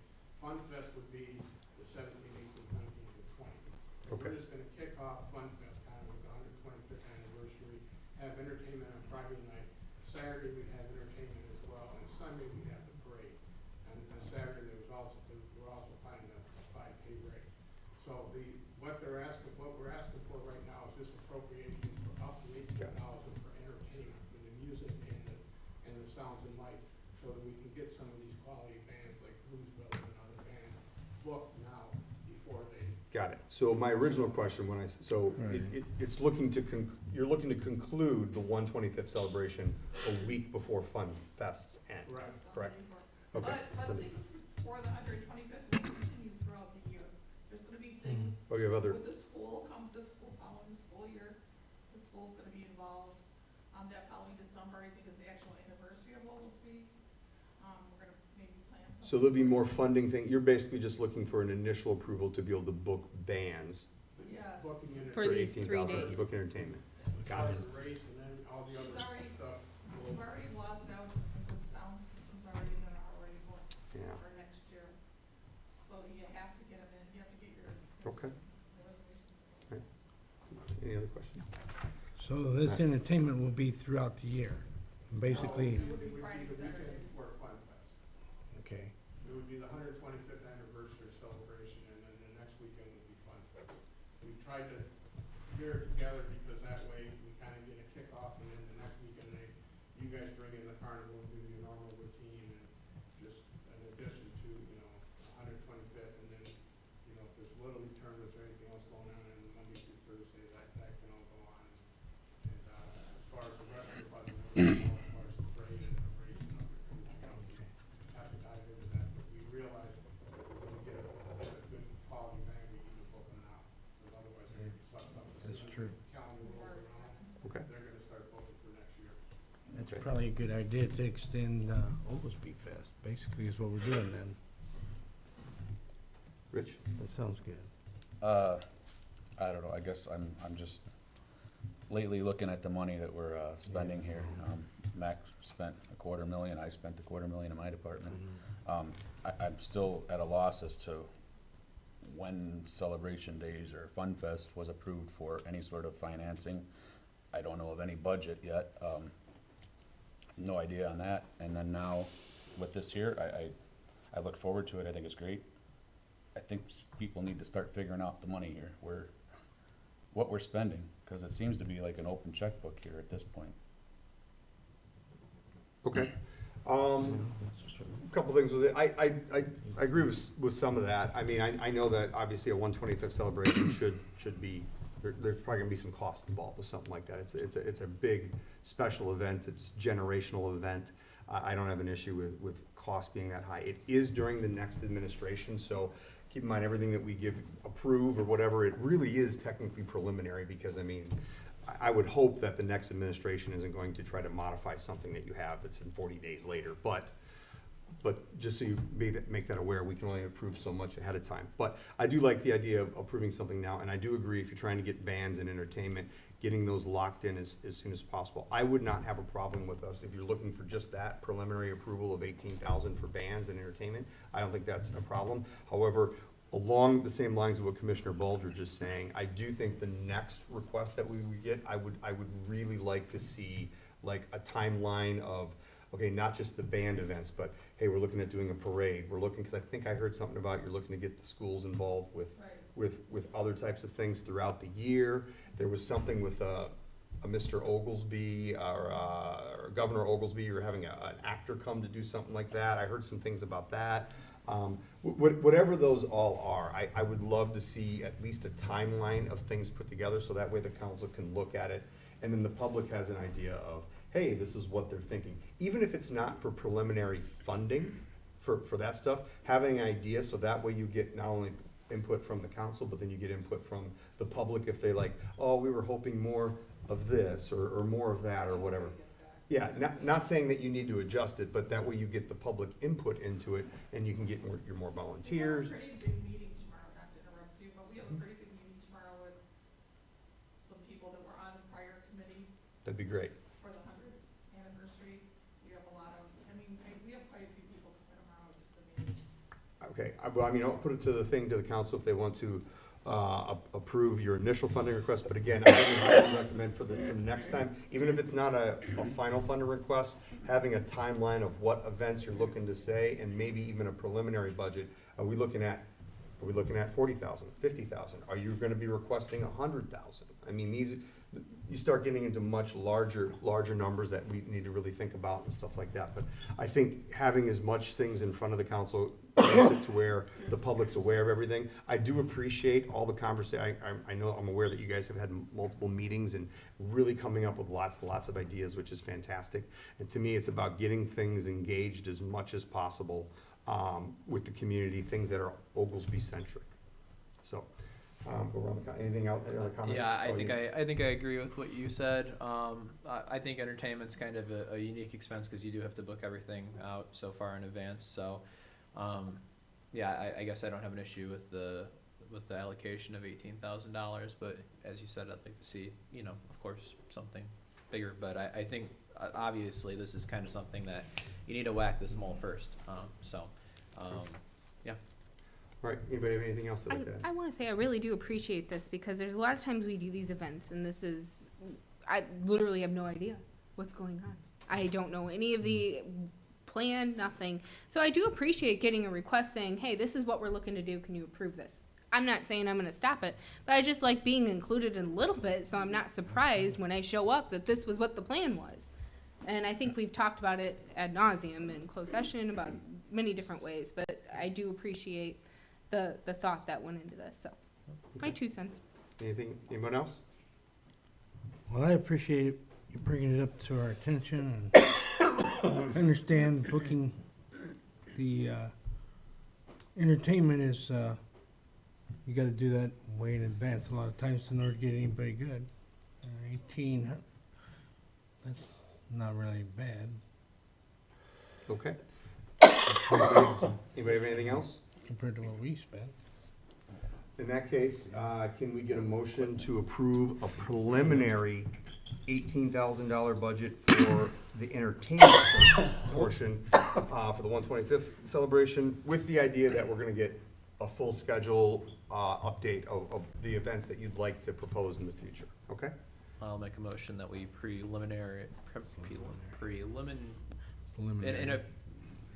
I will make a motion that we give the 125th Celebration Committee a preliminary $18,000 to cover the cost of entertainment. And I'll second that. Roll call, please. Baldrige. Aye. Cullinan. Aye. McDermott. Aye. Moyle. Aye. Kern. Aye. You don't get tongue-tied very often. No.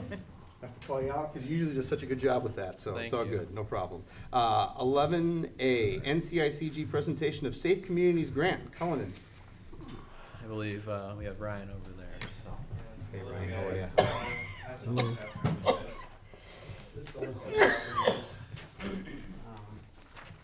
More about it.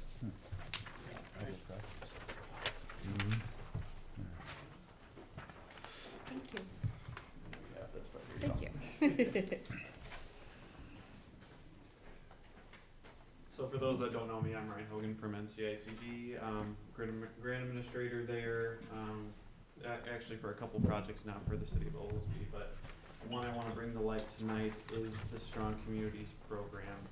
I have reached out to Jennifer to set up some time to discuss how we can move forward with some properties as far as getting them either demolished, rehabilitated, and then all the while also, if it just so happens to be possible, acquisition of of those properties to either be demolished or rehabilitated. So the list in front of you is the general list that we received as part of the application submission. So this was about 2.5 years ago. And 2 properties have already been demolished, as you know, the 314 California Avenue for the new proposed wastewater treatment plant, and then 620 South Columbia Avenue, which was done, I think, a couple months ago by Paul Kirsch. So As far as this go, we're on a deadline to complete this by the end of November this year, and I just want to make sure that, because we do have money left over for this project, that bring it to light to you guys, and then see what we can do about getting legal authority and pre-approval to move forward with a couple more properties, either for demolition, acquisition, just demolition, or rehabilitation as well.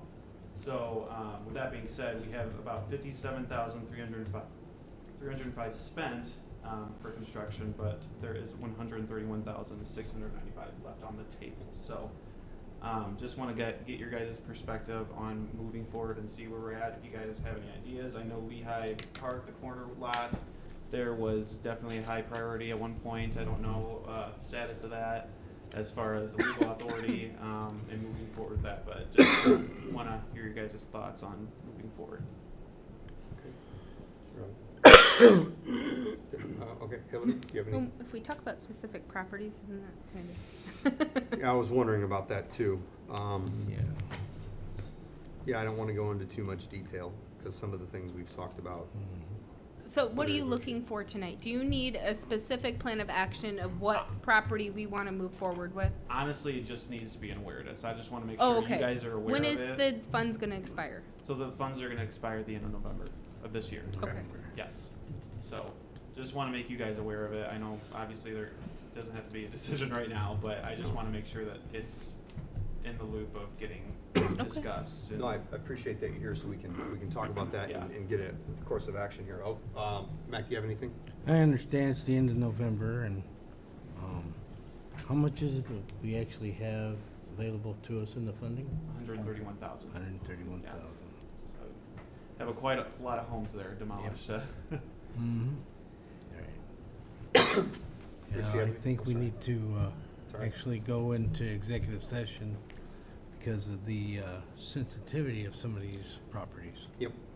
I'll put it that way. I would recommend talking in very general nature out here. Okay. Rich, do you have anything? Pat, what would be a typical time to acquire a property, if it's possible?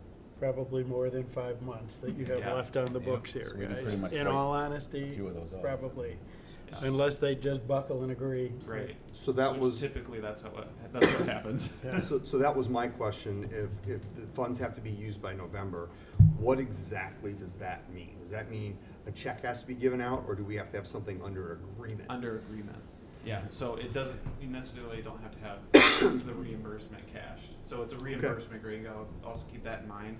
And it is like a month or so before you receive those funds back, just because of the reimbursement process and how that works. So, I typically say, give it till October to at least have things underway, because they take typically 30 days to, depending on how many contractors you have, how many homes you have on the radar at that point. Obviously, if you have one contractor doing multiple, that adds some time. Usually it's typically 30 days we like to have for contracts to have those homes demolished when they're actually contracted. So I would say having those properties contracted by October is the goal. So there's 2 properties on here that I'm not familiar with. The other 4 things are, I'm well familiar with them. 2 of them are already complete, as you said, so they're well public. Yep.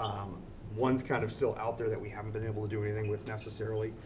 I'm losing my voice here. And the California one, obviously, that's the wastewater treatment plant. The one of those on there was one of the ones that we're possibly talking about for Habitat for Humanity. But the problem with it is the cost that the city has to absorb to get the utilities to there was too much. There's at least one other one on here I won't go into the details of, but we have talked about if it's possible that we could acquire that in enough time, that would make a possible good location for a program of that nature. I feel like we missed out our opportunity because Mendota's they're doing theirs right now. They did have some problems with trying to get 2 properties in a single year, so we might have missed our window, but I'd like to see what we can do to get prepared for next year as much as possible. So you have some of them marked as rehabilitation. One of them in particular, what would it take for us to do, what do you need for us to be able to do something about trying to own it and then get demolition? Would that be very difficult to do all in the same year to get under agreement between now and Typically, November? if it's a legal process and it takes time, yes, it would be harder, but all we need on our end is legal authority, a page is signed that says you have the legal authority to move forward. So right now, that 138,000 you said that's left is not earmarked for any one of these specific properties, is that No, correct? this is just a generalized list, so when we did the application, it was just, here's a list that we have to propose to utilize, but it can be any other properties too that come up that are, just Okay. happen to be eligible. Can and you they give have us to be examples residentially. of what this would entail? How much, is it just demolition? Is it So the it's acquiring? demolition, it Yeah, could be rehab on there. rehabilitation. Like, what do you mean by also- rehab? What, So it could be any small rehab that includes new windows, putting new siding on the house. making for a it- citizen? They wouldn't technically have to They own the have house? to be abandoned. They have to be abandoned. Nobody can be living in those homes. So the So city we would have just to own them basically be either owning ways, right? So even, do- even you all have the to. ones you have here, the ones that are marked for like rehab on this list, we would have to own them Yeah, so before the we can do legal anything with them. authorization could be either you obtain ownership or you have some kind of documentation signed by the owner that you can proceed with the rehabilitation or demolition work. But it's I'm- gotta I'm- be abandoned, right? It's gotta be abandoned, yeah. Gotta Nobody be can living abandoned. in there. Yeah. So it can't be somebody living in there and say, hey, I'm leaving, go ahead and do I this. guess I'm confused as to what, if somebody owns the house and they give you permission to go fix it, what, they're gonna want it back? I mean, what would, why would they, I'm Well, confused as to. they would still own the property, Yeah. so it's So okay. what- It's They not never like gave you it have up, to Rich. obtain it. They can still maintain ownership. We would have to, So it would help them out. yeah. Well, I think it's great. I mean, if we have $131,000 and we can help out citizens of the Right. city, put in new windows or insulation or anything, fix a roof, I think it's great. I just don't understand what the Well, rules would typically, we be don't on this. do a lot of rehabilitations around here because there is such a big housing stock that's just an eyesore. But Yeah. it is an option to Okay. bring that property back up to standards, so somebody could potentially live there And someday. then maybe Whether So- they sell it or, Yeah. Huh, yeah. So we could use that 138,000 to 31. 31, sorry, thank you, 131, to purchase one of these properties, and then the remaining, well, hopefully some of the remaining amount be used to demolition that, and we would all have to have that under agreement prior to November. Yes, yep. Okay. So just for an example, if we bought, say, a house for $100,000, you could do that? Like, we could buy the house for 100,000 and then, So with that, it's 5,000 only for acquisition, so, Okay. Oh, okay, Yeah. that's that's where I was. Wait a minute, yeah, so these, yeah. that makes a That's difference. kind of key. Yeah, so 5,000 for acquisition costs. Obviously, the new round of funding that came out that, I had heard that you guys would be interested in, which brought me to this conversation. Well, you still have money left over. I don't know how that's gonna look if you guys wanna apply again. Let me ask you this then, is it, what if there is an abandoned piece of property that doesn't have a home on it, but the owner was looking to get rid of it, would we be able to use that one's not even on the list here. Yeah, you're Would we be able to use that 5,000 to purchase that property, or does it have to be? There has to be a structure on Has to there. be a structure. Yep. Okay. All right, well, that And one, a residential. that's not even on approved this list, but, structure. okay. That being said, I'm gonna ask you this, does it have to be a house? Yes. I mean, could it It be- cannot be commercial. It has to be, Could it be like an apartment building, if it's 1 to 6 units. 1 to 6 units? So if the owner would not be willing to get rid of it for 5,000, we would have to find whatever the difference is to get Right. the agreement for ownership, and then we could use it for tear down Yep, purposes. or have some Okay. kind of agreement with them that you can demolish the property. So back to the obtaining permission to proceed on Right. rehabilitation, what are the limits on rehabilitation per house? So for this program, it's 75,000 for rehabilitation. house? Yes. Yep. Wow.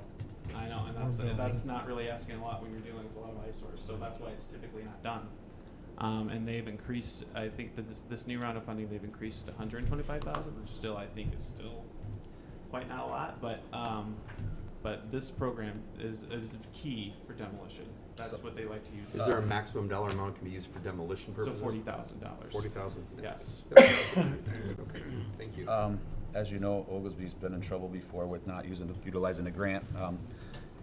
Would it be held against us if we're not able to use this and apply for the next one? I have not heard that specifically come from them.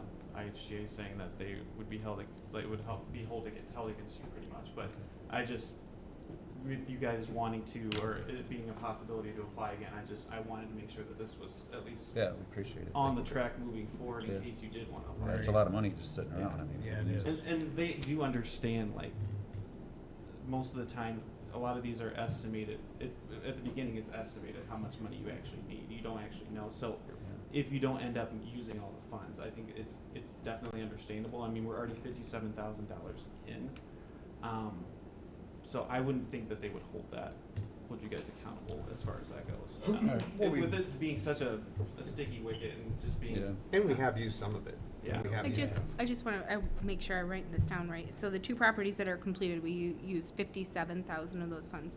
yes. Okay, thank you. Yes, the big one was the 314, because it also had the barn structure on there, that was also eligible. So it's not just, it can be a garage, it could be a shed on the property, but it Mhm. has to be a residentially improved property, there has to be a housing structure on it. Okay. But it can also include like the shed and if there's other additional structures on there, That was, so. was also the Okay. asbestos.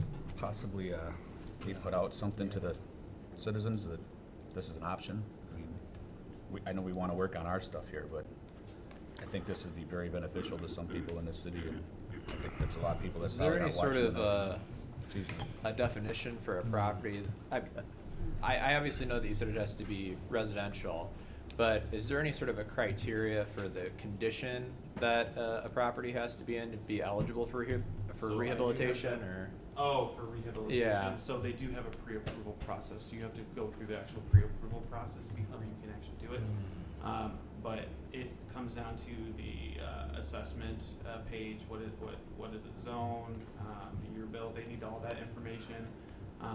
And it pretty much goes through that process. So you what's the know timeline before on you- that? So the process for that takes about maybe like 20 days. 20 days, Yeah. okay. Yeah, Would you they're say- pretty- They're pretty quick. Would you say generally the property has to be in a very rough condition for it to be would you say generally that the property has to be in a very rough condition for it to be eligible for rehabilitation? And or demolition, no, it doesn't No? have to be. It just has to meet the requirements, it's not like they have to be such an eyesore. but Really? You have to have legal authorization to move forward, and if it checks the boxes, it's residentially improved, it's not a motor home with a hitch and wheels, it's real property, they will move forward. Really? So I think what my commissioners are hinting at here is, so Yeah. let's say we were to go out and say something to our residents, Uh-huh. which we're live right now, obviously. Hey, we have money that's available for rehabilitation, takes 20 days for a pre-approval process. What kind of minimum requirement, so we don't get flooded with people that, hey, I want a new kitchen, or I want a new whatever. You What want- is the, would you say is the minimum requirements for people to even be able to apply? Well, I wouldn't do that because Okay. it has to be abandoned, has so, to be- yeah, Oh, it has to be. oh, it has to be. Even the Yeah. even the rehabilitation has to be abandoned. property, Abandoned no so matter what? I wouldn't do that. Okay, But, abandoned no matter what, okay, so. yes, abandoned no matter what, I no think matter what you're we're doing. pretty much aware of what those houses are, but I guess there could be possible one out there that we don't know that's abandoned, and maybe somebody Yeah, wants to rehab it. Okay, yep. okay, I appreciate that. And Is I there a can send- definition of abandoned? Yes, we do. So Okay, I let's did- go with that one. Somebody moved out yesterday, not Yes. abandoned? Is not occupied, so there's more in-depth definitions of abandoned. But it's not occupied, doesn't have a mortgager, and there's multiple other things. So if somebody moved out the day before, is that considered abandoned? Or is there gotta be a minimum time frame on that? That's not considered abandoned at that point. It's not considered, what, It has to be abandoned in that time period, the whole time. the whole time of what? What's the, okay, if somebody year or- leaves. what's Oh, the you're talking time? about if it's How- rehabilitation how- and. Yes, if and somebody wants to rebuild, come what is back the, in. what is the definition of how long a Right. property had to be abandoned for? So it has to be abandoned in the program timeframe. So the timeframe that the actual work gets done and the time period that the grant is ending. So if, let's say, for example, we have an abandoned property and you wanna do some rehabilitation work on it, the owner isn't there, but they agreed to do it, you move through the pre-approval process, you get a contractor, they do the rehabilitation work, and then after that's said and done, you get reimbursed. At that point, that abandoned period is over. So you can have somebody move in after that. Yeah, Yeah. okay, here's the part of. I guess I'm just not. Here's the You part have of. to meet 2 of these criteria. Criteria. Frank, can I have considered one of those, please? I Oh, I that's right, we do. think I was more concerned about the multiple windows and doors and all that having to be boarded up, and somebody taking advantage of that or thinking they're gonna take advantage of that and just windows and board up their doors in order to be eligible for this, but if you only need 2, hopefully nobody does that. Stripped of copper and stuff like that, that would really, Yeah. So if we have, let's say for example, there is a downtown residence above a thing here, and person moved out last week, last month, whatever, so there's not anybody in there right now. Can that owner put in for a request to have it updated for something that? So is that building, so would that building even at the top be, what would that be zoned? It'd be, Residential. well, maybe downtown's a bad example because we have residential up top, but the downtown is. Yeah, not I in don't, district. that's not eligible. Okay, It so wouldn't it'd have to be a no. re- If you're it'd have to talking be about, like, the- residential. Yeah, if you're talking about like residential spaces above, that's Okay. tied to the. So there are some places in our zoning code that we've had that are zoned to R3 in the downtown district. Yeah. And if there's somebody's not living in, if the owner wanted to update that, that would fall under the requirement of abandoned technically? Yes. Okay. All right. See if we can put a message In the together. process, even to upgrade for the abandoned, it's just to have the agreement, right? Yes, so there's a page, IHJ doesn't need any kind of, they won't request any kind of legal papers or work like that as far as that. They just wanna see that there's a paper that says legal authorization has been obtained, it's been signed off by the mayor, and it's been sent in as part of the pre-approval process. And that needs to be done by the end of November.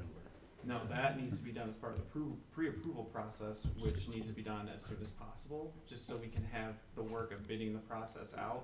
And not like, it needs to be like maybe a week process, whatever, 2 weeks to have that whole process bid out. So I would say as soon as possible, if we can get those properties moving, we need to have contracts executed by October, so those contractors have time to do the work. So we're not looking at November, we're looking at October.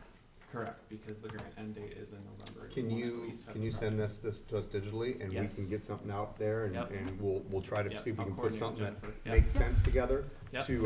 to residents to say, hey, if somebody has a residential property that falls into this category, to let us know and we can discuss it at hopefully soon in the next month or so and then see if that's something that could be an option. But I would like to look into at least one of these for the demolition thing, but Okay, we'll have to see how the price thing's gonna work out. yeah, okay, that sounds good. I really appreciate that Thanks, clarity man. on stuff. I learned some things I didn't know, so. Anybody have anything else? Absolutely. Hey, thank you so much for your time. I really appreciate everything that you guys continue to do for us.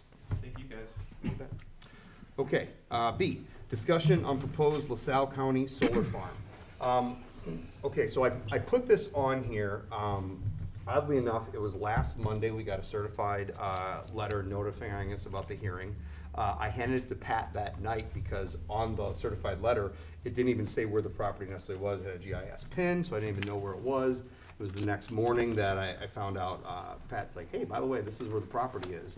And then I think a day or two later is when the news media picked it up, and put it out. So since that's happened, I have gotten, several, calls from residents. Matter of fact, I had some calls today that I've been so busy I haven't had a chance to even get to, so I think some of them might have been related to this topic. I noticed nobody did come up and speak publicly about it here, but I mean, my thoughts are is the public affairs officer, I likely probably have to show up to the hearing that the county's gonna say. And my thoughts are, one, I want to relay what I think the general public feels about it, what the council feels about it, and then I'll give my personal input as well.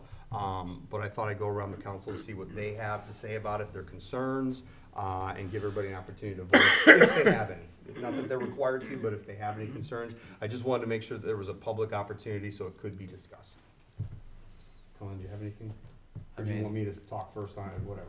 No, I mean, I just think it's kind of an issue outside of our jurisdiction, so, I mean, obviously, yeah, that's really my 2 cents on it, so. Okay. Hillary? My degree's in ag business, so I have a lot to say about solar farms, but I knew about this project a few months ago, and I know the clerks knew about it too, because my office does the preliminary stuff for the county board. Again, it's not really Oglesby's property, we can't annex it. At this point, the hearing's what, the 16th? Tomorrow. If we Yeah, wanted to tomorrow. do anything about it, it is way too late anyway. Well, we can show up to the hearing. Well, you could show up to the hearing, but the only option I assume would be annex, and I don't even know what the benefit to the property owner would be to be No, annexed. you have a right to voice your opinion because it's within your mile and a Right. half. In fact, it's right next door on 3 sides, I think. Mhm. So Yeah. it affects the city, it affects the city's future development, which is why they're required to send you a certified letter to give you notice of this is what Mhm. their intention is. Austin, could you bring up our zoning thing real quick, if you could, please? I might talk about that in a minute. Okay, anything else? All right. No. Mac, do you have anything? Well, the parcel ID is number 1827-203-000 in section 27, township 33, North Range, First East, LaSalle County. It's 26.5 acres. It's the radio station property, Mac. Yeah, it's right there by the property. Yeah. It's the property. Mhm. How many people are allowed to come to this meeting tomorrow? No limit. So, should we make it public where the meeting's at? I mean, where's it actually It's the at? 17th at the county. I thought it was the Thought they 16th. said I thought it was 16. Wednesday as well, but that's why when you said Tuesday, I'm like, crap, I Well, gotta we look at my have to pay for schedule the now. ones that say the meeting. Let me see. I thought it was the 17th, but maybe I have that wrong. 17th. Okay. Mac, anything else? No, I just think, whoever's got an issue with it should be there. Okay. Did you have any comment yourself as a commissioner that you wanted to? Because I look at it this way, I'm gonna talk on three folds. I'm gonna talk, what I believe, the feedback I've got from residents that have reached out to me, then what the I mean, if, you're welcome to go yourselves if you want, but if you don't, I'll represent what the totality of what you guys think is here, if you have an opinion, and then I'll give my opinion on something. Well, I'd definitely like to show up and voice my opinion at the meeting. Okay. Did you wanna voice it here, since we have another public forum? I'll go ahead and let, go ahead. I think you're gonna touch on a lot that I was going to touch on, so Okay. I'll leave it. Rich, you have anything? I haven't heard anything good from anybody that No. is looking forward to it coming. Pat, is there even anything that, I mean, are we just spinning our wheels here? Like, what do we? Well, there's nothing we can I would do. hope the county would listen to people's opinions about this project one way or another. So, no, I don't think you're spinning your wheels. I think you need to give Jason some guidance as to what the council thinks about it. Yeah, if I have an indifferent opinion from the council, I will tell them that the council is indifferent on it. And then I'll give what my opinion on it is, though. So there's no wrong opinion, whether it's strong, against, in favor, or you don't care.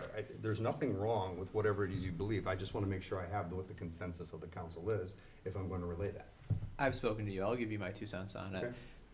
I don't have a problem with it. I know it's the unpopular kind of thing to say, but I mean, it is WLPO's property, and I think they're entitled to do what they want with it. I obviously am sympathetic to people saying, people's claims that they want to protect farmland, so forth and so on. They want to prevent development. But farmland itself is a form of development, right? This used to all be prairie grass, and so to pretend like we're living in kind of this this scenic naturescape isn't necessarily entirely accurate. And I also think that if we were even to get another major logistics warehouse to move in out there or something like that, that's going to be sucking up farmland as well. And so I don't know. I'm a believer in I'm a believer in property rights. I think that obviously maybe you don't necessarily like what they're doing out there, but I don't necessarily have a problem with it. And so that's just my 2 cents. But I'm not necessarily asking you to go and say anything one way or another, but people on the council might feel differently, and if you get a majority opinion from the council, absolutely. Okay. Rich, did you have anything you want? As a representative from IMEA, I just also want to make sure that everyone understands that what is going to possibly provide for 750 houses at the most, I believe, but it will not be providing for the city of Oglesby. We have our services through a different thing, so it will be going right straight to Ameren. So it isn't coming to Oglesby at all. Okay. Now, correct me if I'm wrong, after this is done, and the solar panels are no longer in any use, the property itself is basically null and void? I mean, can you use It it can for no anything? longer return to use for agriculture That's what through I'm the looking at federal right there. government That's something we USDA. do It's as considered residents, we gotta non-crop realize. land after that. and I there's no understand what you exception were to the Farm saying. Bill to change it. Colin. I wasn't aware of that. That's good information. Austin, I'm sorry. I understand what you were saying, but what are the chances of getting one of those buildings here on that property? I mean, it's something we gotta look at. Not only that, it's not going to the Oglesby Electric. It's going to Ameren, I believe, if I'm not mistaken. Yep. And that's something that the public needs to be aware, and they need to voice their opinion at this meeting. It's not, I work for them, so how I feel about it, I'm sitting up here, I wanna represent them the best way I can. And I feel the best way is to have them come to the meeting and express their opinions. I think what's much more powerful than something from the city of Oglesby saying we support it or we oppose it is people actually showing up themselves. That's right. I think numbers speak more than, you know, the city of Oglesby thinks this. And so I would encourage whoever opposes it, or for that matter, whoever supports it, to show up in person if they feel that passionate about it. But I think we're, granted, we can, you know, kind of give Jason some guidance, but I don't really think it's up to us. I think it's up to the people to make their voices heard. You know, we're just, you know, we obviously represent the public in some capacity, but like I said, I think it's a lot more meaningful for people to actually show up. So. Okay. Power in numbers. So I agree. I agree with about half of what you have there. I personally agree that we don't really have a say as the city because it is not our land. That is true. It is not our land. We have our own zoning codes that we enforce if it would be inside the city. And I do believe that people, when they own land, wherever it is, they have the right to do what they want on it. If they're inside the city, we have some ability to control that, right? That's why we have our zoning, our variances and stuff like that. The other thing, that was the positive thing. The other positive thing is I will hold no ill will towards the county with whatever they decide to do. I will not. It's their decision of what they want to approve. Okay, that's where the positive stuff ends. The negative stuff is that everybody that has reached out to me, that's been somebody in the city, whether it's a resident, because they've either sent a letter or they've called me or something like that, they are negative against it for a plethora of different reasons. And I do recognize when it's things of these nature, you generally hear more of the negative things than you do hear the positive things. That's just a fact of nature. So that is my stance on who's at least reached out to me. Not saying there's not a lot of positive people for it or something like that. I'm just saying for the ones that have reached out, I've only had negative people reach out about the project. The second thing I will say is it does not benefit the city of Oglesby. So again, I'm all for, I guess one more positive thing. I'm all for green energy, the idea that we're adding more solar energy to the grid somewhere. That's always a positive thing. It's a great thing. But as far as benefiting the city of Oglesby, there is zero benefit to our grid here in Oglesby because we get our power through a different source. The most important thing, and thank you, Austin, for putting this up here, I wanted to point something out. This right here is where the radio station is. This is that piece of land. Right now, it is surrounded by three sides the city of Oglesby. Now, I do not believe necessarily in forced annexation because I believe if people want to be members of the city of Oglesby, they should want to come to the city of Oglesby. I don't want to have to force somebody in there. We have done some bad things over the past 30 or 40 years in the city that has made it walled off. For example, a lot of these residential homes in different places, whether they're out west of me or north of us, they get water from the city of Oglesby because that was authorized so many years ago, and therefore they have no need to want to get into us. If we wouldn't have done that, there would be a demand that they would want to annex in. So we've kind of walled ourselves off, unfortunately, with stuff like that. With the radio station, I do personally believe that there's value in the radio station being outside the city limits, right? For whether it's political reasons or whatever, not saying that we don't have a great relationship with the radio station, even though sometimes they rightfully pick on us for dysfunction or other stuff, which I don't disagree that they're wrong or right or anything like that. But I do think there's value in having a news media source that is outside of the city. So I don't know if that's what's resulted in how many years, decades have gone past of why they're not annexed. I do know that if we were trying to force annex them, because I think you have the right to ask for forced annexation if you're more than 50% surrounded. No, I don't think so, Jason. We have the right to ask, I thought, not that they Well, can't. you can ask You can anytime. ask. But you can Yeah. only force them if you surround them. Yes. So we could always petition for them to be forced annexed into the city, and you never know what would happen. Not that we would want to get into a war with the radio station or anything like that whatsoever. But the point I would try to make, and this is where I will talk to the county about it, is if the county gets requests like this, there is probably very few properties like this in the entire county of LaSalle that is that surrounded by a city, right? So if they were to grant this for them, and somebody else asks that's adjacent to Peru, LaSalle, Streeter, Marseilles, Ottawa, and they might just be along the edge, I think a valid argument for them trying to get approved would be like, you approve plat whatever here in Oglesby, and they're 75% surrounded by Oglesby, and you authorize them. I feel I'm only 25% surrounded by the city of Ottawa. I think I should be authorized. To me, that would be the strongest thing that the county should consider. I will not hold any ill will towards the county of what they decide. All I can say is, I don't believe it has a financial benefit to the city. I do think it's great that people want to have solar panels in different locations, but there is a lot of other farmland or maybe unused farmland inside the county that isn't adjacent to cities. That's my only 2 cents. Again, I have no problem with what they decide. That's my 2 cents. So unless I hear something different from the council, that is what I am going to relay to the county when I show up. Does anybody have any other comment on any of that? Okay.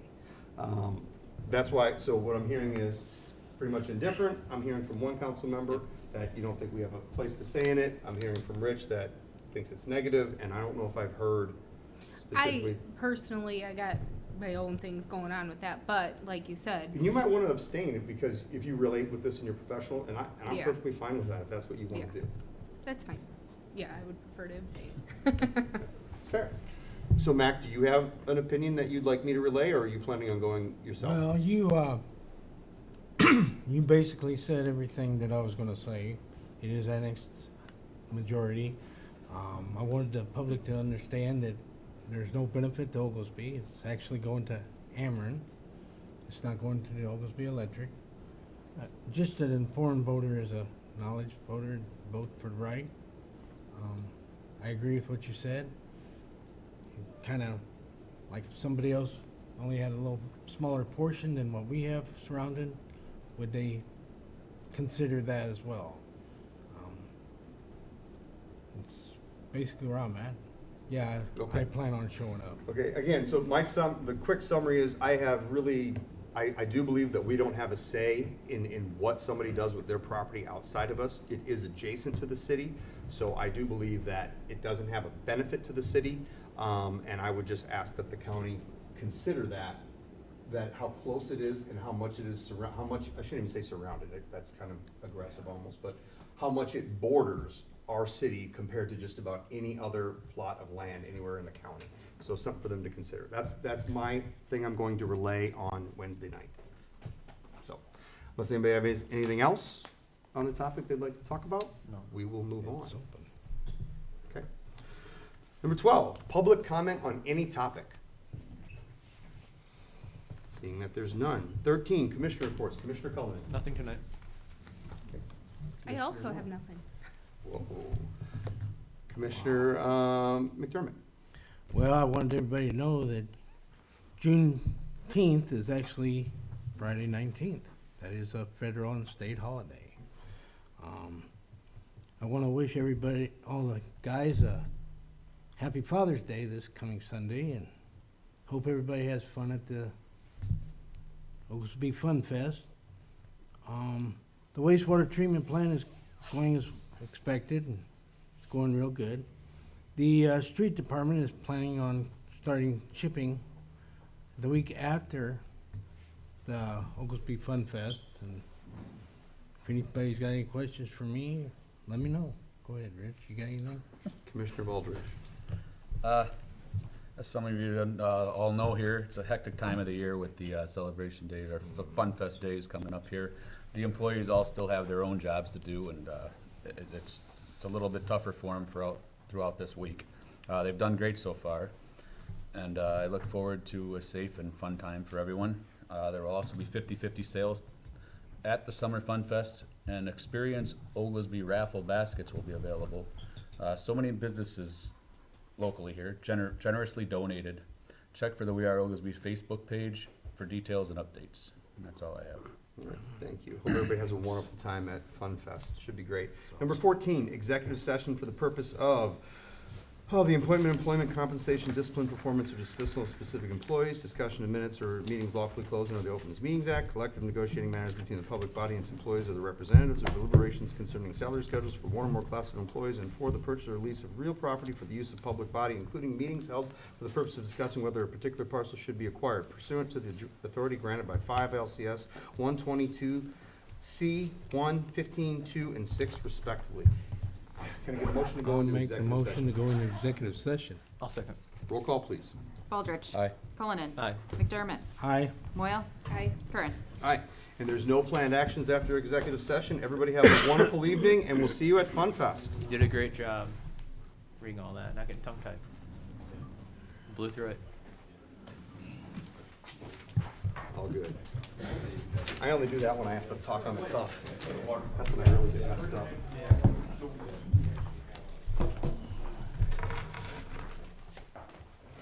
Hey, Dave, I really do appreciate all that stuff. I really do. I wasn't trying to beat you up, but I'm sitting there going, does this guy not know that we've already done a lot of this stuff? Right, no, my word. Yeah. I'm eyeballing Lance like I'm an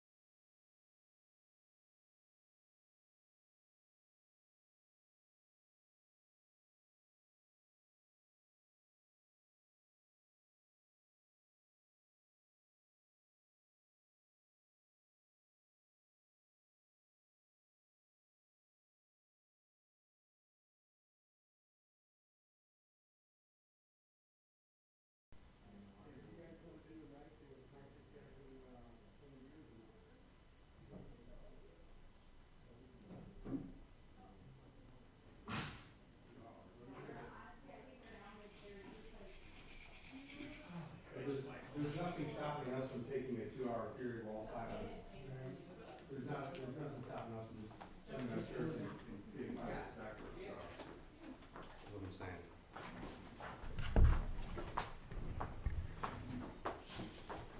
Thank you for getting back to me on that, too, so Austin's gonna be able to go, so. We have a vault in our office, it's not that big, but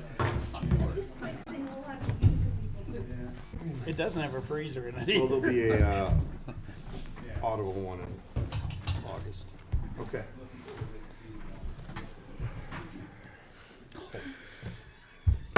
Like the Oglesby, we are back in, open session. Roll call, please. Baldrich. Here. Cullinan. Here. McDermott. Here. Moyle. Here. Curran. Aye.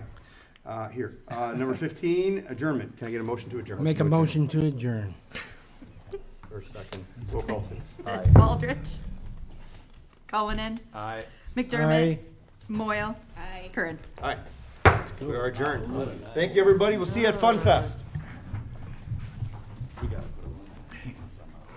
You need me, Ross? No, I don't think so, we are